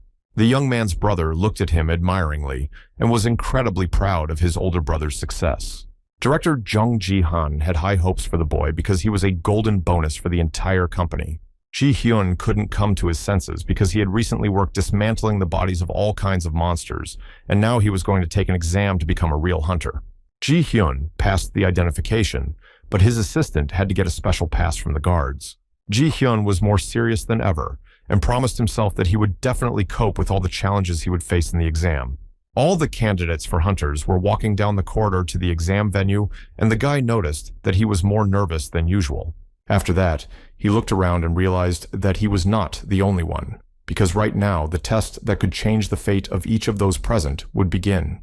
Then all the candidates were invited to the locker rooms and asked to change their exam uniforms and wait for notification before entering the main hall. One of the men directed the examinees so that they would not worry about going through the wrong door. Everyone successfully went to the locker rooms and began to change into their uniforms and get ready for the exam. Next, everyone had to undergo a basic medical examination of hunters, and doctors asked to follow all instructions to prevent possible health-related troubles for the candidates. First, they checked for deviations in vision, as this was an important aspect for a hunter, and then there were many other things that could affect the result of the work. Finally, Ji-hung was invited to the examination, and the boy went for a checkup. He entered an office with a large machine that resembled an MRI machine. The young man asked what kind of device it was, and the doctor replied that it was a machine that measured the strength of a hunter. She explained that you just need to go inside and lie down for a minute. Ji-hyun didn't quite understand whether this machine measured strength, skill level, or something else. The doctor instructed me and warned me to lie flat and not move until the procedure was completed. The guy was already inside the car and heard the doctor say that he would receive the test results in a week. The boy was lying still with his eyes closed, and the rays of light scanned his entire body, just as the drone had scanned his brother after he woke up. All the candidates passed the medical examination and were informed that it was time for the exam and they had to go to the waiting room. The guard emphasized that it was necessary to wear suits, and if someone did not have a suit, they should wear a basic one that would be provided in the locker room. When Ji-hyun heard this, he was very surprised that he could wear his own costume because he believed that all candidates should be on equal footing. Ji-hyung's assistant, whom the director had found for him, was already in the hall and called him over. She asked if the young man had completed the examination, and Ji-hyun said that he had already passed everything, and the assistant said that the director asked me to give him something for him. The girl handed the guy a package. Ji-hyun took it and thanked him and asked what was inside. The assistant replied that it was a custom-made suit made especially for the young man. Ji-hyun looked at it and wondered if it had magical powers. The girl explained that this costume is made of black eagle skin, so it is very resistant to heat and shock. She added that there are rumors that this suit was created by a famous Italian craftsman and that it seems to be the most expensive of all those present. Ji-hyun was not expecting such a gift and could not even imagine how much the suit cost. The girl remembered one more thing and handed Ji-hyun a watch. The guy was surprised and asked if it was his watch, and the assistant said that it was and that he could wear it to the exam. The guy picked up the watch and noticed that something was wrong with it, as it seemed to be heavier than usual, but he put it on his hand anyway. I didn't dwell on it, because maybe it felt that way because they were from another dimension. All the candidates had already entered the waiting room and were getting ready for the test. Ji-hyun put on his new outfit, which was presented by director Jung Ji-han. The guy noted that the size was exactly right for him, and the suit was extremely comfortable. He looked around and noticed that there were quite a few hunters who came with their own costumes. Suddenly, Ji-hyun heard something happening from the side and a commotion. A conflict broke out between the two boys, and one of them, who was dressed as a hunter, held the other boy by the shirt collar and shouted. Due to the sudden movements, the glass with the drink fell to the floor and broke. The guy who was hanging in the air was screaming and begging to be let go and put on the ground. The hunter lost his temper because the young man put ice in the drink, which the hunter had not asked to add. The guy said he was very sorry for such an unfortunate mistake and hoped that nothing would happen to him. The hunter was furious and asked the young man where he had ever studied if he could not remember such simple things. All the candidates just stood by and watched what was happening, but Ji-hyun was not going to be silent and decided to stand up for the boy. The young man was still begging him to let him go to no avail, while Ji-hyun had already approached them to find out the cause of the conflict. He loudly told the hunter that he had to stop this abuse because the young man had asked him to let him go more than once. The man looked at Ji-hyun and asked him what he wanted, and the boy said that the hunter should immediately release the young man. The hunter glared at Ji-hyun and asked him why he was ordering him around, adding that he only met jerks today who spoiled his mood. And he sternly asked Ji-hyun if he even knew who he was talking to in such a tone, making it clear that the young man should not interfere in his affairs. But Ji-hyun didn't know this guy, so he wasn't going to be afraid of a man he didn't know for no reason. Ji-hyun sharply put his hand on the hunter's forearm and once again ordered him to let go of the young man, which made the man go cold, for Ji-hyun's strength was inhuman. The hunter was incredibly surprised and even asked Ji-hyun what his strength was. The guy was in no hurry to answer because he believed that this was not the kind of question a man should ask him. Ji-hyun continued to press on the hunter's arm and demanded that he stop abusing the young man, and the hunter's arm broke. All the candidates watched them without looking away because they did not expect something like this to happen in the waiting room. The hunter tried to restrain Ji-hyun's power, but realized that he was clearly stronger than him. Ji-hyun then looked closely into the man's eyes and asked if he knew him. The hunter hastily replied that he had seen Ji-hyun's video and began to use his ability. The man had the skill of flame, and he decided to use it to teach the young man a lesson for not following his instructions about a drink without ice. The guy burst into flames like a match before everyone's eyes, realizing that it was the end for him. Ji-hyun was confused for a moment, because he couldn't even imagine that any of the hunters could afford to use their powers to harm other people. All the candidates stood around the boys and watched, not trying to stop what was happening. Ji-hyun was shocked because they had no right to use force against ordinary people, but the hunter didn't seem to be bothered by it at all. The guy really didn't like the fact that the man was enjoying his hunting privileges and was confident in his untouchability. And he decided to stop the arbitrariness that the man began to commit and grabbed his arm with all his might. Ji-hyun knew that his suit had to withstand the fire, so he was not afraid of getting burned, and the young man was just holding on with his last strength to avoid losing his life. The hunter didn't like the fact that Ji-hyun was also using his powers and reducing the power of the hunter's abilities. Ji-hyun replied that it was just a healing skill, and if the fire could not be stopped, he would just start to treat it.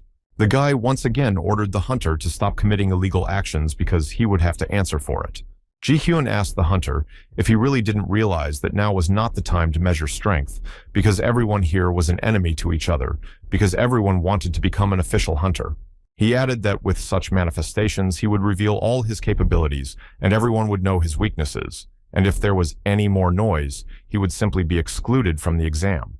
The man seemed to realize that he was making a big mistake, and Ji-hyun was right. Everyone present watched the situation develop and definitely did not miss a chance to memorize the hunter's weaknesses. And the man finally let go of his assistant, who no longer had any hope of being saved. Ji-hyun immediately enveloped the young man with healing magic to provide first aid and prevent a fatal accident. But the hunter could not just calm down and promise Ji-hyun that he would fast for him. The man gritted his teeth and walked in the other direction, pretending that nothing had happened. Ji-hyun healed the young man and asked him if he was okay and how he felt. After saving the boy, Ji-hyun received 10 bonuses at once and decided to ask the young man who the hunter was. And the young man began to tell me that he was the awakened one who controls the flame. His name was Yom Radu, and he had awakened quite recently, right after Ji-hyun. Ji-hyun did find the name Yom familiar, and he had seen the man somewhere before. When Ji-hyun was working as a hunter's assistant, he often met novice hunters who behaved as if they were allowed to do anything. The guard entered the waiting room and informed everyone that the examiner had already arrived and asked everyone to get ready. The candidates lined up and waited for the examiner to tell them what they had to do next. The woman confidently entered the hall and said that she was glad to see everyone there full of strength and energy. She said that her name was Yoon Rumi, and she was from the Ministry of Justice, so it is unlikely that anyone in the room would know her. The woman was examining all the applicants for the title of hunter. Ji-hyun, when he heard that she was from the Ministry of Justice, could not believe that this is the body that reports to the president that will control this exam. Yom Rumi said that their names and faces are worthless now, and that she will be taking the exam today, adding that she has already noticed several interesting candidates. She hinted at Ji-hyun and Yom Rada, and went on to say that they all had to sign the documents first. Those who signed the agreement that the government was not responsible for their loss of life, they would no longer be civilians, but would immediately become soldiers. Ji-hyun read the consent and was very scared to sign such a document because they had not even been told what the exam would consist of. Most of the candidates did not hesitate for a second to sign because they agreed to do anything to become a hunter. After signing the agreement, security guards walked through the hall and collected all the signed documents. Yoon Rumi stood at the entrance and waited for all the formalities to be settled. She announced that if everyone agreed, there was no turning back now and began to explain the rules. The woman walked alongside the candidates and told them to listen very carefully because no one would repeat themselves. The exam will be held in a dungeon, and participants will receive points. All actions of the presidents will be recorded by drones. She warned them that even if someone could shoot at them, she did not advise them to do so, and asked if everyone understood that they would have to work alone. Yoon Rumi paused and said that the main goal of the exam was to destroy as many monsters as possible. She immediately asked if anyone had any questions, but everyone was more than clear, so the participants just kept quiet. The woman looked at everyone and said that she had explained the rules and now they could move on to the next stage. All applicants had to wear blindfolds, and the participants had to organize themselves into groups of 5. After that, they chose the right weapon for themselves, which they had to be good at. And then, in groups of 5, the candidates will enter the dungeon through the gate. Everyone's task was to find the crystal ball while fighting the monsters.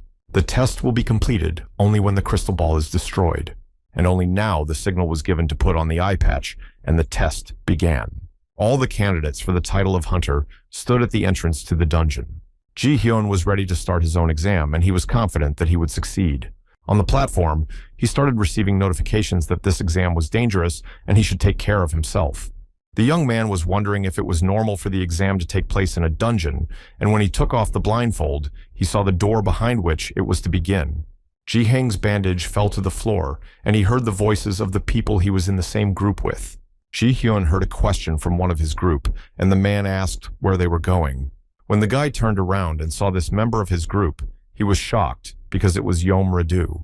The man himself recognized the young man at once and could barely control himself from attacking him. The hunter clearly did not like the fact that he and Ji-hyun were in the same group. The guy thought the same thing and told Yomrad that he had stolen his words. Another member of their group interrupted their conversation and said that she did not quite understand the nature of the conflict. And the girls seemed to have an epiphany and asked if this dungeon was part of their exam. John Radu said that this may be true because in previous years there was something similar. And the man decided to praise himself and said that he was so strong that the committee decided to make this year's task more difficult. Ji-hyun looked at him with an appraising gaze and noticed the metal gloves and thought it was a terrible choice. But the girls who were on Ji-hyun's team decided that they needed to introduce themselves, saying that their names were Ban-jin-an and Ban-jin-woo, and they were twins. Ji-hyun suddenly heard strange sounds coming from the dungeon. The last member of the group was his cousin Ion Radu, and they tried to stay together all the time. Ji-hyun realized that all the members of his group were relatives, so it turned out that he was all alone. Young Radu called his brother and said that they could handle it on their own, and Ji-hyun turned to the girls and said that they had to fight together now. When they saw John Radu walking with his brother, they started to stop them because no one knew what was behind the stone wall. Eon Radu shouted that as long as they were standing here, they would not know. Ji-hyun mentally realized that their group would definitely not be able to complete the task because everyone was trying to pull the leadership blanket over themselves. John Radu's cousin listened to his relative's instructions and went to the wall to open the door behind which something unknown was hidden. The guy made a lot of effort to open the door because they decided it was the best way. Eon Radu only had time to ask what his brother saw, but the guy's face clearly showed that there was nothing pleasant behind the door. As soon as the door opened from the dungeon, monsters began to attack the group of newly minted hunters. Eon Radu decided that he and his brother had to fight this monster themselves to earn more bonuses. The monster turned out to be a giant lizard, and none of the hunters had ever seen one before. The girls with Ji-hyun just couldn't believe that they had to face such strong monsters. Usually, giant lizards were fought by hunters, but Ji-hyun knew that this creature was 4 times stronger than the goblins he had fought. And on top of that, lizards could feel people with their skin, and that's why they were almost invincible in dark dungeons. Eon Radu was so overconfident that instead of being afraid of the monster, he only provoked it to attack. The giant lizard didn't expect anything out of the ordinary and knew only one thing to attack. John Radu and his cousin both had the power of flame, so they prepared to strike the monster with fireballs. The man was just boiling over, waiting for the right moment to attack, and at that moment, he shouted to his brother that they should act simultaneously. Ji-hyun looked at the man's preparations and couldn't figure out whether he was a fool or so arrogant that he thought he was immortal. After all, it was very unwise to use the flame skill in such a narrow cave, so Ji-hung simply prepared his sword just in case. The boy was standing with the girls and decided to use the wild screaming skill to be able to harm the monster and not injure the members of his group. At this time, the director was watching the dungeon from his office, and suddenly something changed and the dungeon grew, and Yong Jae-han did not understand why these changes were happening so quickly. Since the gates were already closed, it was impossible for any of the candidates to go back. The man, not knowing how to help Ji-hyun, simply watched him thanks to the cameras that were built into the drones. Young Ji-han realized that in order to survive, all the participants had to run and fight until the crystal broke. The director did not know whether Ji-hyun would be able to survive because the dungeon was constantly growing. The more hunters there were, the bigger the dungeon became, and accordingly, the monsters became stronger and harder to defeat. Although it was difficult to win, the reward was also bigger than usual, which attracted hunters. All the company employees who watched the exam were shocked that this happened, and the applicants for hunting jobs did not even suspect that the danger was increasing. No one realized the true magnitude of the danger except Jung Jae-han, who watched everything from the screen. The director thought about how Ji-han had never told him about his abilities, but Ji-han knew for sure that he was stronger than the others. Ji-han simply had to pass all the tests, because otherwise all of humanity would come to an end. At that moment, the director was hesitant to continue watching or to stop the exam and save the novice hunters. He realized that no matter how much technology develops in the future, as long as there is such a problem as monsters, the whole world will not be saved.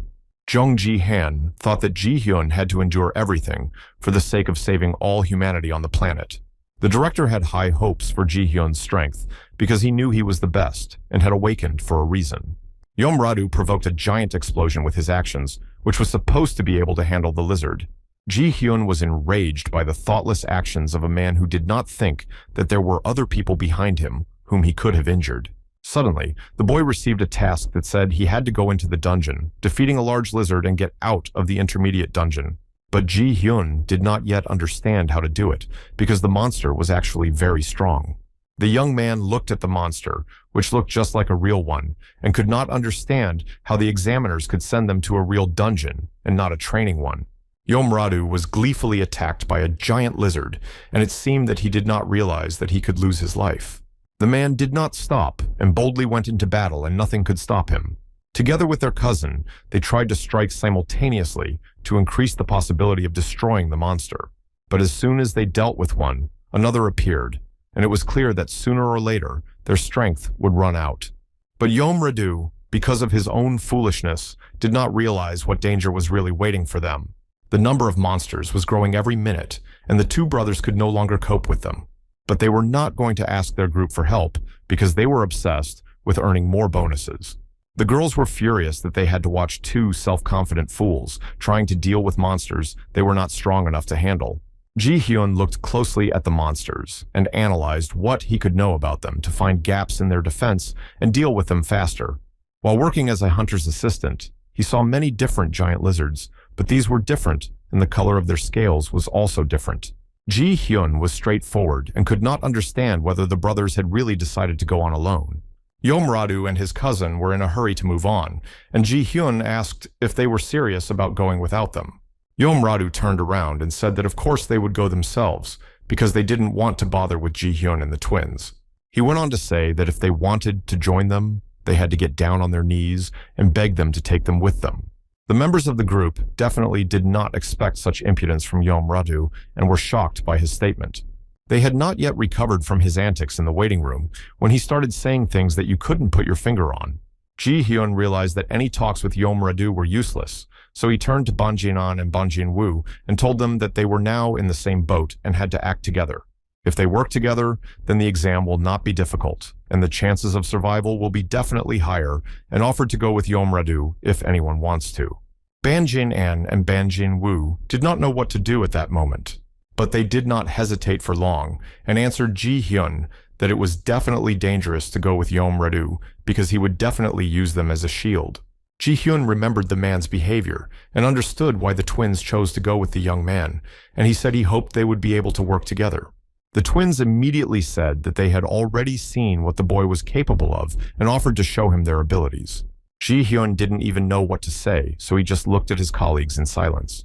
Banjinan said she was a blacksmith and showed me her hammer, which she uses in battle. And Banjin-woo was a master of threads and could use them to create traps and for attacks. Jin-woo said he realized that neither of them had strong skills, so they would probably lose, but Jin-an and Ji Hyun were more positive. The three of them looked in the direction they were going, and there was no sign of Yomradu or his brother. And Ji Hyun suggested that they shouldn't waste time and go on an adventure. They slowly walked forward very carefully so as not to expose themselves to danger once again. At this time, Yomradu and his brother moved forward very quickly and became far from their group. Ji Hyun carefully considered every detail and used his all-seeing eye skill.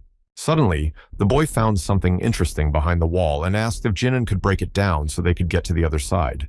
Banjinan said she could do it and set to work. She used her main skill, the power of the hammer, to break the wall. A second later, there was a giant hole in the wall through which the group got into the devil's hideout, and Jin-an said she hoped the lizards wouldn't come for them. Banjin-woo noticed that his sister was not feeling well and asked how she was, to which Jin-an said that she had just overdone it a bit. Ji-heng was very surprised by this because she had used her skill only once. Suddenly, the twins heard strange sounds that scared them.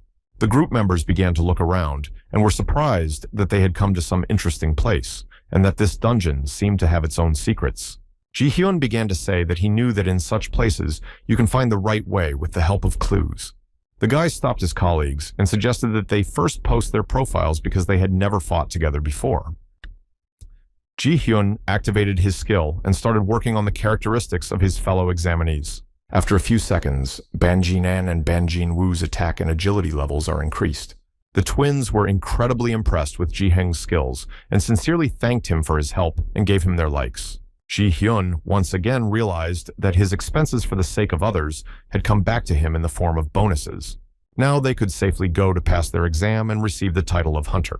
Ji-hyun and the twins decided not to follow the path of Yeom-ra-do and his brother and set off through a secret passage. They walked slowly and looked around, expecting some monster to jump out at them. Meanwhile, Yeom-ra-do and his brother were moving forward, destroying all the lizards on their way, and did not even suspect the secret passages. After a while, Ji-hyun and his companions were approaching the end of the passage, and the boy warned Jin-an and Jin-woo to be more careful and ready for battle. Suddenly, Ji-hyun stopped and listened to something. He shouted to the twins that the monsters were already following them and told them that he would go ahead and that they should keep up. Ji-hyun thought that fortunately, the monsters couldn't get around them because the passage was narrow enough. He realized that he had to do his best to save his life, protect Jin-an and Jin-woo, and get the points for the exam. Ban Jin-an was not lagging behind and was ready to use her hammer for its intended purpose. Ban Jin-woo was also preparing to work hard to help Ji-hyun and his sister overcome the monsters. Two giant lizards were walking slowly along the dungeon corridor. As soon as they sensed that the hunters were nearby, the monsters rushed to attack Ji-hyun and the twins. The first attack of the giant lizard was not successful for it, but Ji-hen skillfully deflected its blows and managed to kill it in one go, saving its life. Ban Jin-woo immediately began to apply his skills. He was ready to prove himself in this battle as best he could. His sister was also not far behind and struck a powerful blow with a hammer to the monster. The hammer dug into the lizard's body, causing irreparable damage. There were more lizards, and those who Ji-hyun did not have time to destroy were killed by Ban Jin-an and Ban Jin-woo. Ji-hyun managed to kill 5 lizards and was granted the status of a lizard fighter who was greatly feared by these monsters. The hunters stood around the lifeless bodies of the monsters, and Ji-hyun said that now they needed to process them, and the twins did not object. Ji-hyun looked at the bodies and wondered where best to start to get things done as soon as possible. Ji-hyun-ban, Jin-woo, and Ban Jin-an collected magic crystals from lizards when they collected their scales and blood. The work was finally completed, and the lizard parts and blood banks were distributed and properly stacked. Ji-hyun exhaled after the job was done and had already figured out what to do next. The guy immediately went to the store on the platform and hurried to buy the Scrooge's alchemy skill. Ban Jin-woo called his sister and said that Ji-hyun was doing something they didn't know about again. Ban Jin-an turned around and saw that her brother was right, but she didn't quite understand the boy's plans either.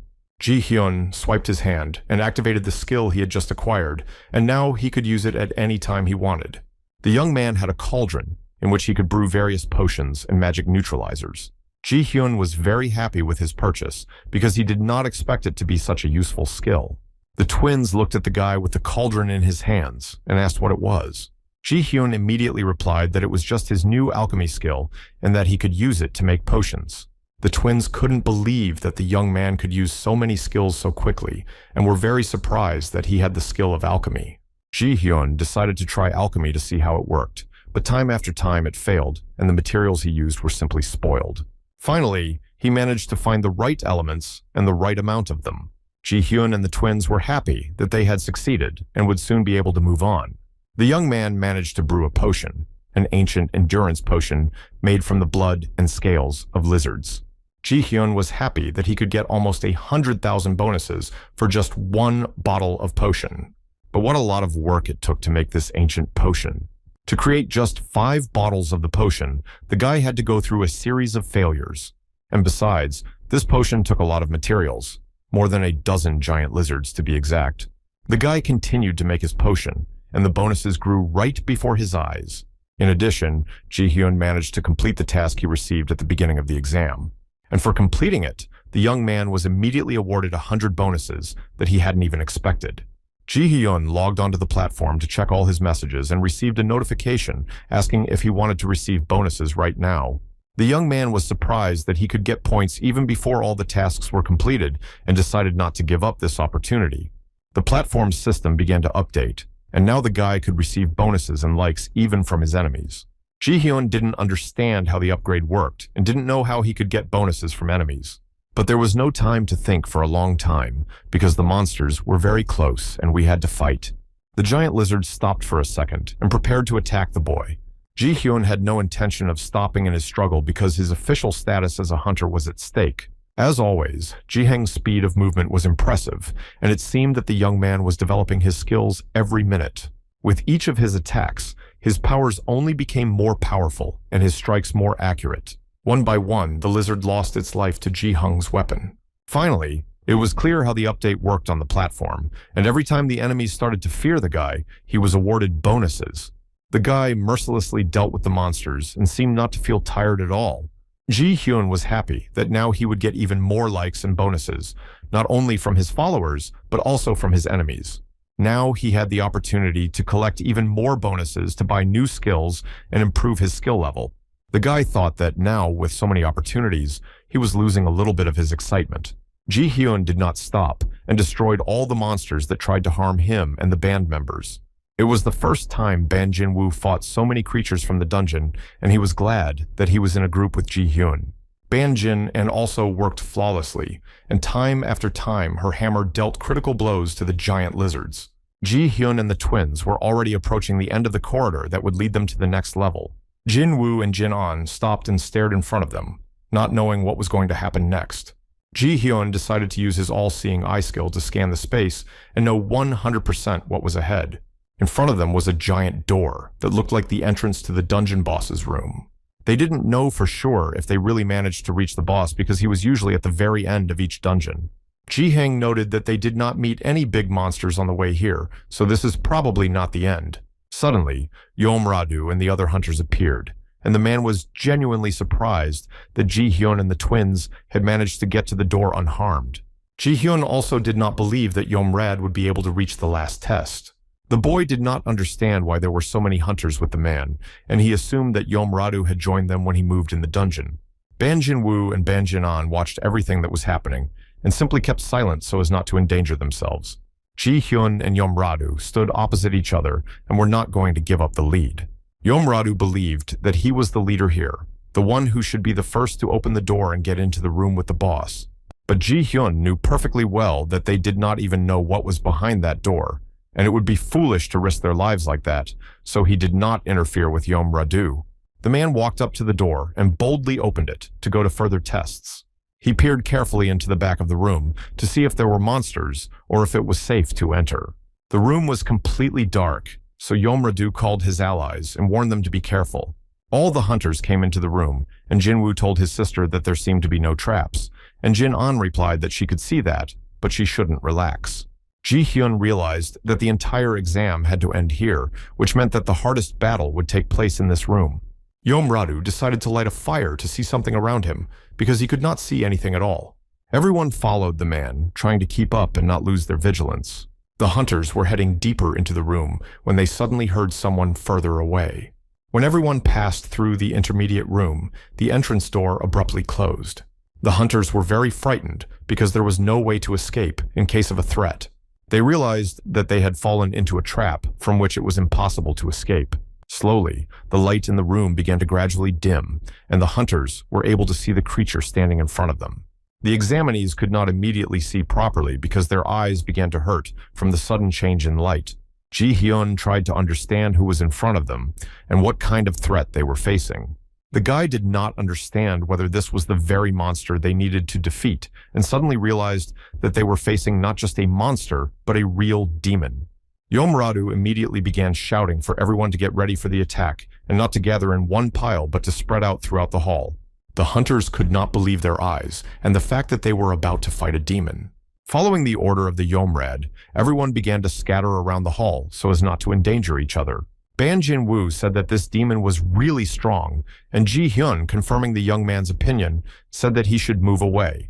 Ji Hyun couldn't understand why he didn't feel the demon's bloodlust, and didn't understand why it was so. And it was not clear why he was silent, and said only one phrase, that he wanted an offering of 2 people. The red demon stood on a pedestal and did not move, only occasionally saying his phrase. Yomradu's brother noticed that the demon just stood there and talked about the offerings, and Yomradu did not understand whether it was some kind of trap or whether they did not need to fight him. Ji Hyun decided to get closer and look at the demon. Maybe he could notice some important detail. He bravely approached to find something that could help him overcome the demon. Yomradu was shocked by Ji Hyun's actions and thought that the young man had simply lost his mind. When the boy was close to the demon, nothing happened. He just kept repeating the offerings. Ji-hyun looked at the enemy closely and still couldn't understand why he didn't move. The guy reasoned that the demon was just constantly repeating the same thing like a recorded record, and it was unclear whether he was going to attack them at all. The young man looked at the peaks and noticed that there were channels next to them where the blood would have flowed. After the sacrifice, Ji-hyun did not believe that the ending was supposed to be like this. The guy turned to the hunters and said that he did not think the demon would move now. And he explained that there was one nuance. The guy said that he thought the demon wanted to put 2 people on these peaks. The hunters were shocked that such a task could be given in a state exam, and Ji-hyun also realized that it was very strange because there had never been an exam of such difficulty before. It was very strange that the examiners asked for a real sacrifice on the hunter exam. Ji-hyun realized that hunters were people like everyone else who just had some peculiarities. It would be one thing if someone accidentally said goodbye to their life during an exam, but they were asking them to consciously say goodbye to their own lives, and none of those present would ever do that. At that moment, Yomradu seemed to go crazy and realized that they were unlikely to get out and just started waving his fists with all his might. He was desperately kicking the door, which was locked, but these actions made no sense. One of the hunters who was standing in the crowd grabbed his head and shouted that he knew something was wrong. He was crying out, not understanding why the leaders had locked them all in this place, and said that he did not want to die here.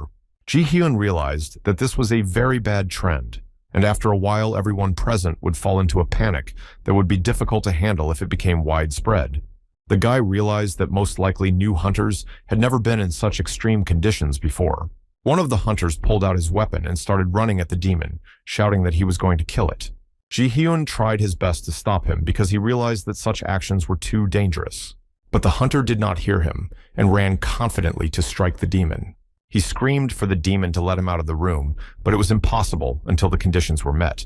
The guy was already near the enemy and wanted to cut off his arm with his sword. But as soon as the sword touched the demon, it simply shattered into small pieces. The guy did not expect this to happen to his weapon, and now he was even more frightened. At the moment of the blow, the demon's eyes began to change, and it seemed as if he began to come to life and was filled with anger. Suddenly, lasers began to shine from the demon's eyes and attacked the young man, leaving him no chance to resist. The lasers shone with incredible power and simply destroyed everything that fell into their beam of light, and the guy who dared to attack the demon was destroyed. The hunters were shocked by what they saw, because they did not expect that someone could say goodbye to their life during the exam. Yomradu began to realize that it would not be as easy as he had hoped, and that he would have to work hard to stay alive. Ban Jin-an and Ban Jin-woo stood behind Ji-hyun, relying only on him, knowing that if they acted alone, they would end up like the young man. Ji-hyun looked at the remains of the guy who panicked and couldn't contain his emotions and couldn't believe that the exam was so difficult and dangerous. All those present were incredibly shocked by what happened because it was an exam, and the guy lost his life for real. They rushed to the door and shouted that they had to get out of this place, or no one would survive. The hunters did not understand how they were supposed to compete with a monster that had easily killed one of them. Ban Jin-an became ill from strong emotions of fear and despair, and Ban Jin-woo tried to calm her down. Ji-hyun thought that although the giant lizards were scary and dangerous, they could be defeated, but he did not know how to defeat the demon. The boy realized that this demon was much stronger than the monsters he had ever met. The hunters were going crazy because they couldn't get out, and one of them shouted that they had to do what the demon wanted, but no one was willing to give up their lives. They panicked because they did not understand how to get out if they could hardly defeat the monster with their skills. Ji-hyun realized that the process of panic had started, and now it would be quite difficult to bring everyone back to normal. One of the hunters shouted that the demon only wanted 2, so they had to decide who they would sacrifice. The hunters began to make noise, some shouting that they had to do what the demon wanted, others that no one wanted to say goodbye to life, and some saying that such an exam was inhumane. Yomradu banged on the door hard to stop the panic and ordered everyone to calm down, and he decided to propose his plan, saying that they could simply sacrifice the 2 weakest hunters. He claimed that the test would be completed if they fulfilled the demon's conditions, so they had to give up the weaker ones so that the stronger ones could protect humanity in the future. One of the men said that industrial-type hunters are the weakest and most likely have the lowest scores in dungeons. Someone pointed to the twins, who were the hunters, and it was said that they could do nothing at all, so they should be sacrificed. Ban Jin-woo already realized that he would have to defend his place and defend himself, so he asked his sister to hide behind him. Ji-hyun was very angry because the men were trying to turn everyone against the twins. The man shouted that we should choose them because someone will have to sacrifice themselves for the common good. Yeomradu was very pleased that his plan worked and did not even have to convince the majority of the correctness of this decision. Ji-hyun was not going to accept this decision of the crowd and could not allow the twins to be killed. Yeomradu did not stop in persuading the hunters, and everyone realized that they only wanted to save their own lives. Ji-hyun tried to stop this massive attack of madness and asked if they could really forgive themselves for such a terrible crime. He said that if they decided to make a sacrifice, all those present would automatically become murderers, and these words seemed to stop the audience a little. Ji-hyun said that if they all stick together, they will be able to stay safe and will not need to make any sacrifices. Yeomradu didn't like the fact that the guy was ruining the plan he had proposed and started to get angry. Ji-hyun continued to speak and reminded all the hunters that there is no dungeon that cannot be completed. Everyone listened carefully to the boy and realized that he was right and that all the dungeons were indeed passable. Someone shouted out from the crowd that he really didn't want to make sacrifices and didn't want to die either, and another asked if the young man was sure that they could defeat this demon. Ji-hyun was mentally happy that he had managed to convince the hunters and said that they had to do it, and there was only one way to do it. The hunters didn't understand what kind of method Ji-hyun was talking about and whether they could trust him or not. Ji-hyun said that he would be the leader, and if something went wrong, he would become a victim for the demon, and asked if this was enough to be trusted. Yeomradu certainly did not like the fact that Ji-hyun had instantly taken over the leadership. The hunters actively began to consult with each other about whether to accept the young man's offer, because many lives were at stake. Ji-hyun realized that he had to convince them that he could be trusted, because there were no other options. Jeonradu realized that the guy had no plan of action, so he decided to just wait and see what he would do next.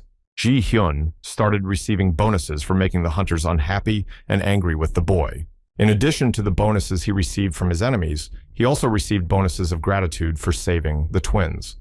There were also people who were inspired by Ji-hyun's words, so the chances of convincing everyone else increased. Ban Jinan noticed that the hunters' animosity toward the twins was subsiding, and Ji-hyun's words made them calm down about offering the offering. The guy replied that it was true, but we shouldn't relax, because now everything is just beginning. Seeing how Ji-hyun inspired everyone, the hunters gradually began to come to their senses and began to prepare for the battle. Ji-hyun opened the platform's menu to view all the changes to his abilities and saw that the all-seeing eye skill had been upgraded to the highest level. The number of objects the boy could scan increased, and now he could even see some of the monster's characteristics. Ji-hyun was happy about this, because now he could learn more about the demon they were about to face in the fight. The young man scanned the demon and found out that it was living in a dungeon to become stronger. If they sacrificed to it, the demon would evolve and become a great demon baron. Ji-hyun realized why the monster didn't attack them. He hoped that they would fulfill his conditions and thus make him stronger. The guy turned to the hunters and said that he understood why the monster was not moving. One of the hunters did not expect the boy to learn anything about the demon and immediately asked why it did not move and whether they could defeat it. Ji-hyun said that he thought the demon was not attacking because it wanted to evolve with their help, and he also found out that it was a water demon.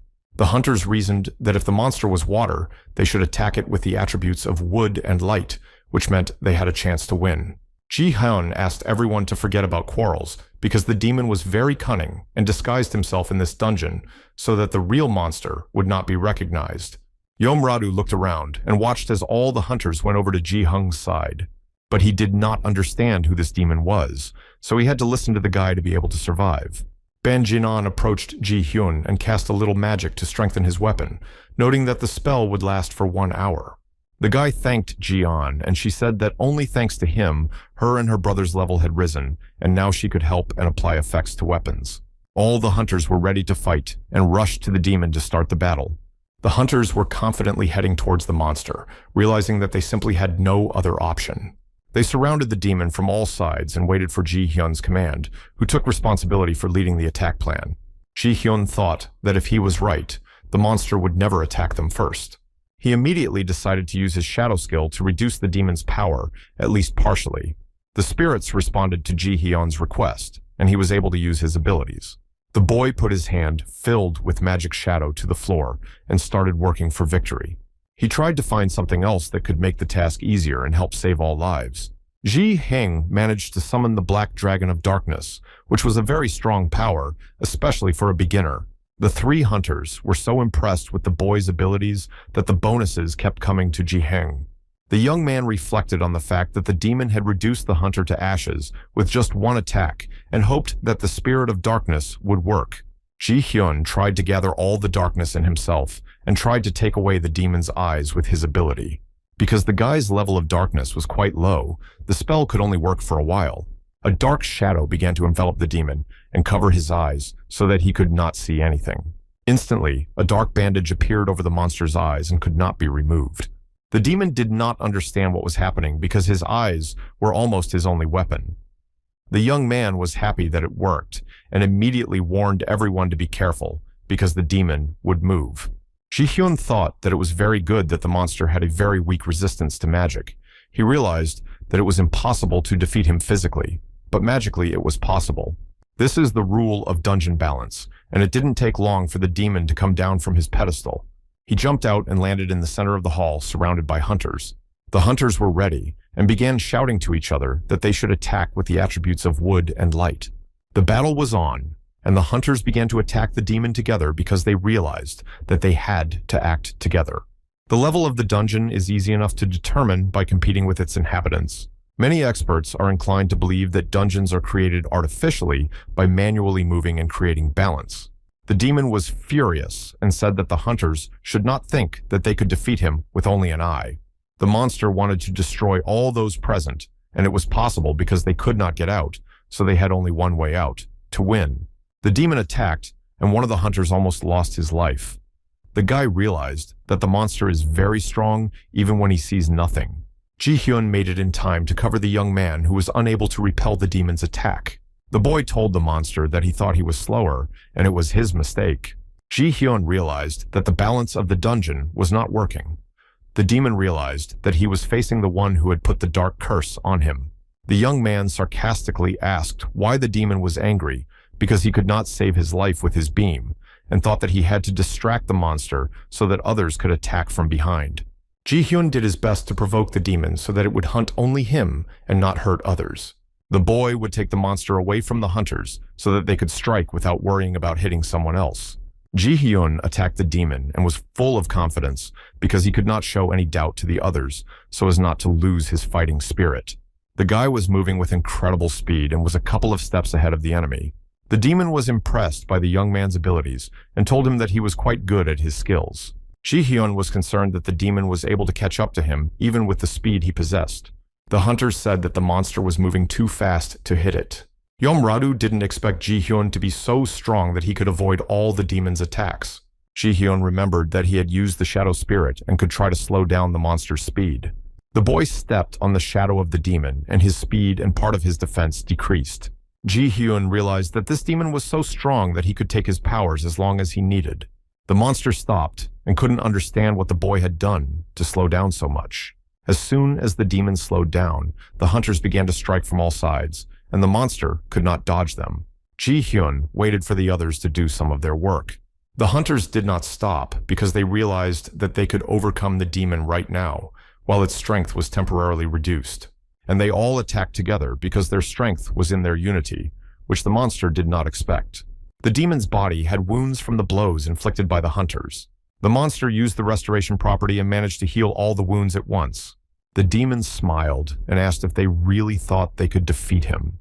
But the hunters did not lose hope and continued to strike. Everyone was more focused than ever and continued to work because they had a common goal. The suspension expired, and the demon launched another unexpected attack. Ji Hyun lost his guard for a moment and had to think of something to prevent the demon from attacking. At that moment, absolutely all hunters were in great danger.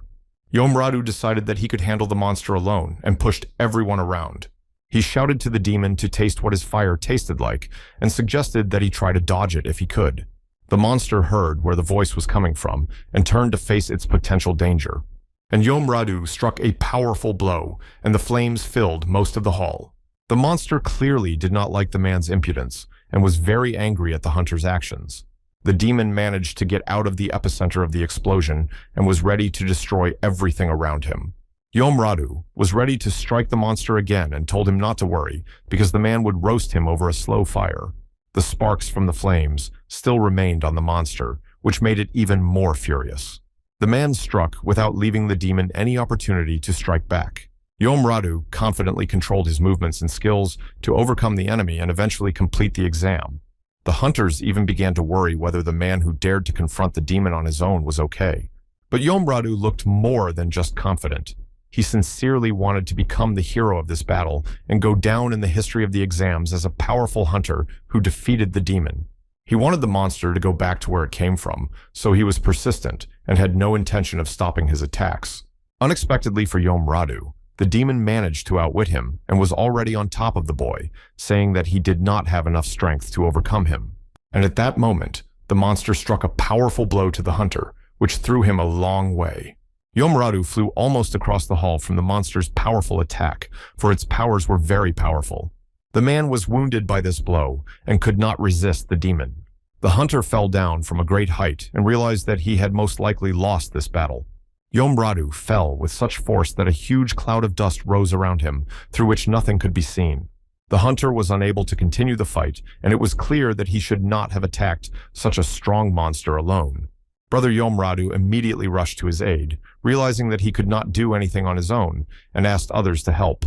The hunters were afraid because they considered Yomradu to be one of the strongest hunters, and now, after his defeat, they were afraid to attack this demon. Ji-hyun looked at Yomradu, and his brother said that everything was fine, and the man survived. The guy was angry because Yomradu did not listen to anyone and went on a breakthrough attack that should not have been made. The demon was angrier than ever that the hunters had disturbed him and forced him to fight them. Ban Jinwoo pointed to the monster and said that Yomradu's attack had most likely worked. The demon's back was damaged, and now the hunters have a better chance of winning. Something started glowing on the monster's back, something that looked like a ball. The demon was severely exhausted and at the same time emaciated, and a green liquid began to emit from its mouth. Ji-hyun stopped for a second and thought that this ball might be the crystal ball that would end the test after it broke. Now the guy was sure that this was the bullet he had been talking about at the very beginning of the exam. The demon was furious and shouted that he would make everyone present writhing from the torment they would feel from the pain. The monster shouted that it would destroy everyone and began exhaling green smoke from its mouth like a fire-breathing dragon. The hunters did not expect that the monster had so much strength left that it would resist them so stubbornly. Everyone was shocked and didn't understand what that green smoke was that was eating away at everyone. Everyone present was in danger because it was impossible to escape the demon's magic. It was a poison that began to poison the hunters who found themselves in a locked room and had no way to escape. They were shouting to each other that they had to run away because if they got into that green smoke, they could say goodbye to their lives. The demon was furious and wanted to destroy everyone who tried to harm him. The smoke was spreading around the room at a high speed, and it was impossible to avoid getting it on yourself. One by one, he consumed the hunters who could not resist such strong demon magic. Ji-hyun tried to save himself and figure out what to do so that everyone present would not say goodbye to their lives. The guy realized that at this rate, the whole room would be filled with poison, and no one would be able to escape. The young man realized that in the end, he had no other choice and had to take a risk. Ji-han got a lizard berserker pill that decreased his stamina, but increased all other properties. The boy realized that if he did not try to do what he had planned now, all the hunters would remain in this dungeon forever. The young man was very nervous, but still took the pill, which lasted only 30 seconds. From that moment on, there was no time to hesitate. If not now, then never again will it be possible to overcome the monster. Ji-hyun realized that with the pill's effect, he had a chance to win and save all the hunters present. Instantly, the guy's eyes changed color to red, and his pupils became narrow, resembling the eyes of a lizard. Ji-hyun was losing his stamina, but all his other powers were increased by 200%, which was good news. The young man received a notification that in 30 seconds, he could take his life, so it was important to take the pill in time.